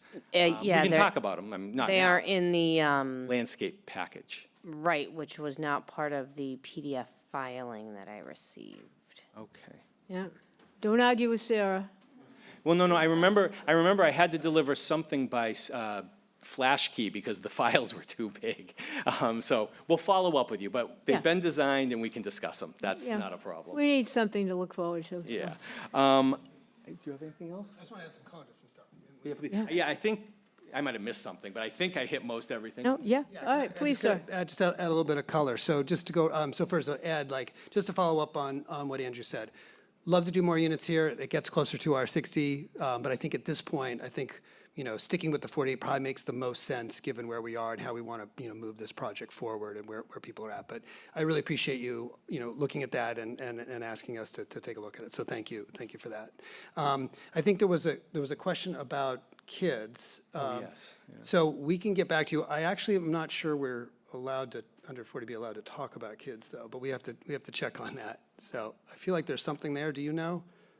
I don't know. I can't imagine what, you're not going to talk about anything. I don't know. Okay, well, if we can We'll answer, look. if we can answer your question, I have no problem talking about the kids. And then I just wanted to say, also on the setback, just to remember we're on the, so I think this is important just to remember where we are. So on the west side, we were at 15, we moved to 22, so we got 22 there now. And on the south side, we went from 15 or 17 and now we're at 26 or 27. So we definitely have moved both. You asked us to take a look and see if we could move again. We're going to try, but I'm really skeptical we're going to be able to do that, full disclosure, because of the. Can you come back with some new pictures of what the, the foliage would look like, or the screening? Sure. Something like that? Yeah, we're happy to do screening, And I think, as a general point, just to know, I mean, like, when we respond to the RFP, we took your zoning code, right? And we tried Right. to No, we know, work we within know. it. So, yeah. we were working with 15, like, if it had been a different number, we would have come up with something different, or maybe not been able to get to a number we could even support here to, Yeah, and just for the record, So- I totally, I think I said it at an earlier meeting, I agree with Ed. I don't think you need that community building. I think you could have a small office, and then people could use the community building that we have in Chatham. I agree with that, but I understand that you've said no, and I know what that means in the long run. So I haven't argued it too much, but I agree with Ed. I am fully on all fours with him on that. So I just want you to know that. Yeah. Well, I also want to clarify, we keep calling it a community room. It's really sort of more like a club, like a community club, or what is the word that I'm trying to think of? Management building. I know, you can Yeah. call it whatever you want, but I Because still it's all- stand by the need for, I know you need an office space, and we need housing, and that's a big building right smack in the front, and that's my opinion. I'm not pushing you on it. I'm not gonna vote no because of that. Okay. But I'm just letting you know, just to support my colleague, and I do think that. I Yeah. do. I think he's absolutely right. Okay. I think for the public to hear, though, that's also a place where when the power's out, it's a place of refuge for the residents. That's another primary reason why we have it, just so you know that. So, okay. Yep. I think that was it that I wanted to add. Thank you. And I think that's it for me at the moment, yeah. So I think we're in pretty good shape in terms of, we're not, as far as I know, we're not going to get any more peer reviews. And we're going to, Well, actually, yes, please. well, to clarify on that, if the board, and so I'll ask you this, and this is something, it was raised by Mr. Veach before, the plan that shows the buildings in the rear coming the 9 feet, that's a sketch plan on the landscape plan right now. We presented it to you as an option because we weren't sure you wanted it. We'd ask, if you say to now, and so we're asking you this, if you say, yes, we want that, then Horsley Witten's gonna then go put that on the site plan, do the engineering, the utilities, the stormwater, all of that, resubmit that to Ty and Bond so they can do another pass on it, and the fire department. So that is important for today. If the board would like that option, So- then we need to know that. So you're asking us, just to be very precise, do we want that 9-foot setback in the back? Is that, just to be Correct. in Yes, plain because English? then we will revise the plans. If you the say audience no- could please not talk, I'd appreciate that. Go ahead. If you said, no, we want it the way it is already, then we won't change it, and then peer review doesn't need to be redone. But if the board would like that option, which the applicant's willing to do, that's why we presented it, we just need to know that. Okay. So we can have the. So why don't we do it this way? Is there anyone that doesn't want that 9-foot setback in the back? It's a 9-foot increase in the setback for a total of Yes, 26 feet. 26-foot setback. Yeah, I apologize. A 26-foot setback. They've already, I'm not sure I want it, but I can go along with it. okay. Is there anyone that doesn't want to go along with it? No. Good. Please. Then we will have, thank you, we will have that engineered, we will submit it to you, we will submit it to Ty and Bond, and we will submit it to the, Horsey will review it with the fire department. Okay. Thank you. Very good. So we know that next time we're talking about September 18th, and at that meeting, we'll talk about squaring away all the, let's see, the peer review topics. We'll be able to get clarity on all of them, right? And we'll be able to say that we're kumbaya on that, probably. And then we'll talk about all the waivers and see where we are with that. And Sarah? So the applicant will confirm the building coverage numbers. If they can please supply the sign information, a potential rendering if you have it with sizing, so that way we know what, if any, waiver might be requested from the general bylaws, in addition to the HPDCs for the design review. Updated plans for, the rear setback being increased. And I believe those are all the different action items for Penrose that I had in my notes, in addition to, seeing if you can answer certain questions about the children on the site and those types of things. And when you said updated plans, it'll be civil and landscape. Civil and landscaping, yes, please. Okay, so can we have a motion to move to I'll move continue to, to I'll move to continue the hearing to September 18. 2025? Dave Veach seconds and votes yes. Ed votes yes. Yes. All votes yes? Lee votes yes. Steve votes yes. Ginny votes yes. As do I. So we're going to have a motion to adjourn? I'll move to adjourn. Dave Veach seconds, votes yes. Ed votes yes. Yes. All votes yes? I vote yes. Yes. Ginny votes yes. As do I. That's unanimous. And what time is it? 5:15 PM. All right, well, good evening, Chatham. Thank you very much for Thank your you. review.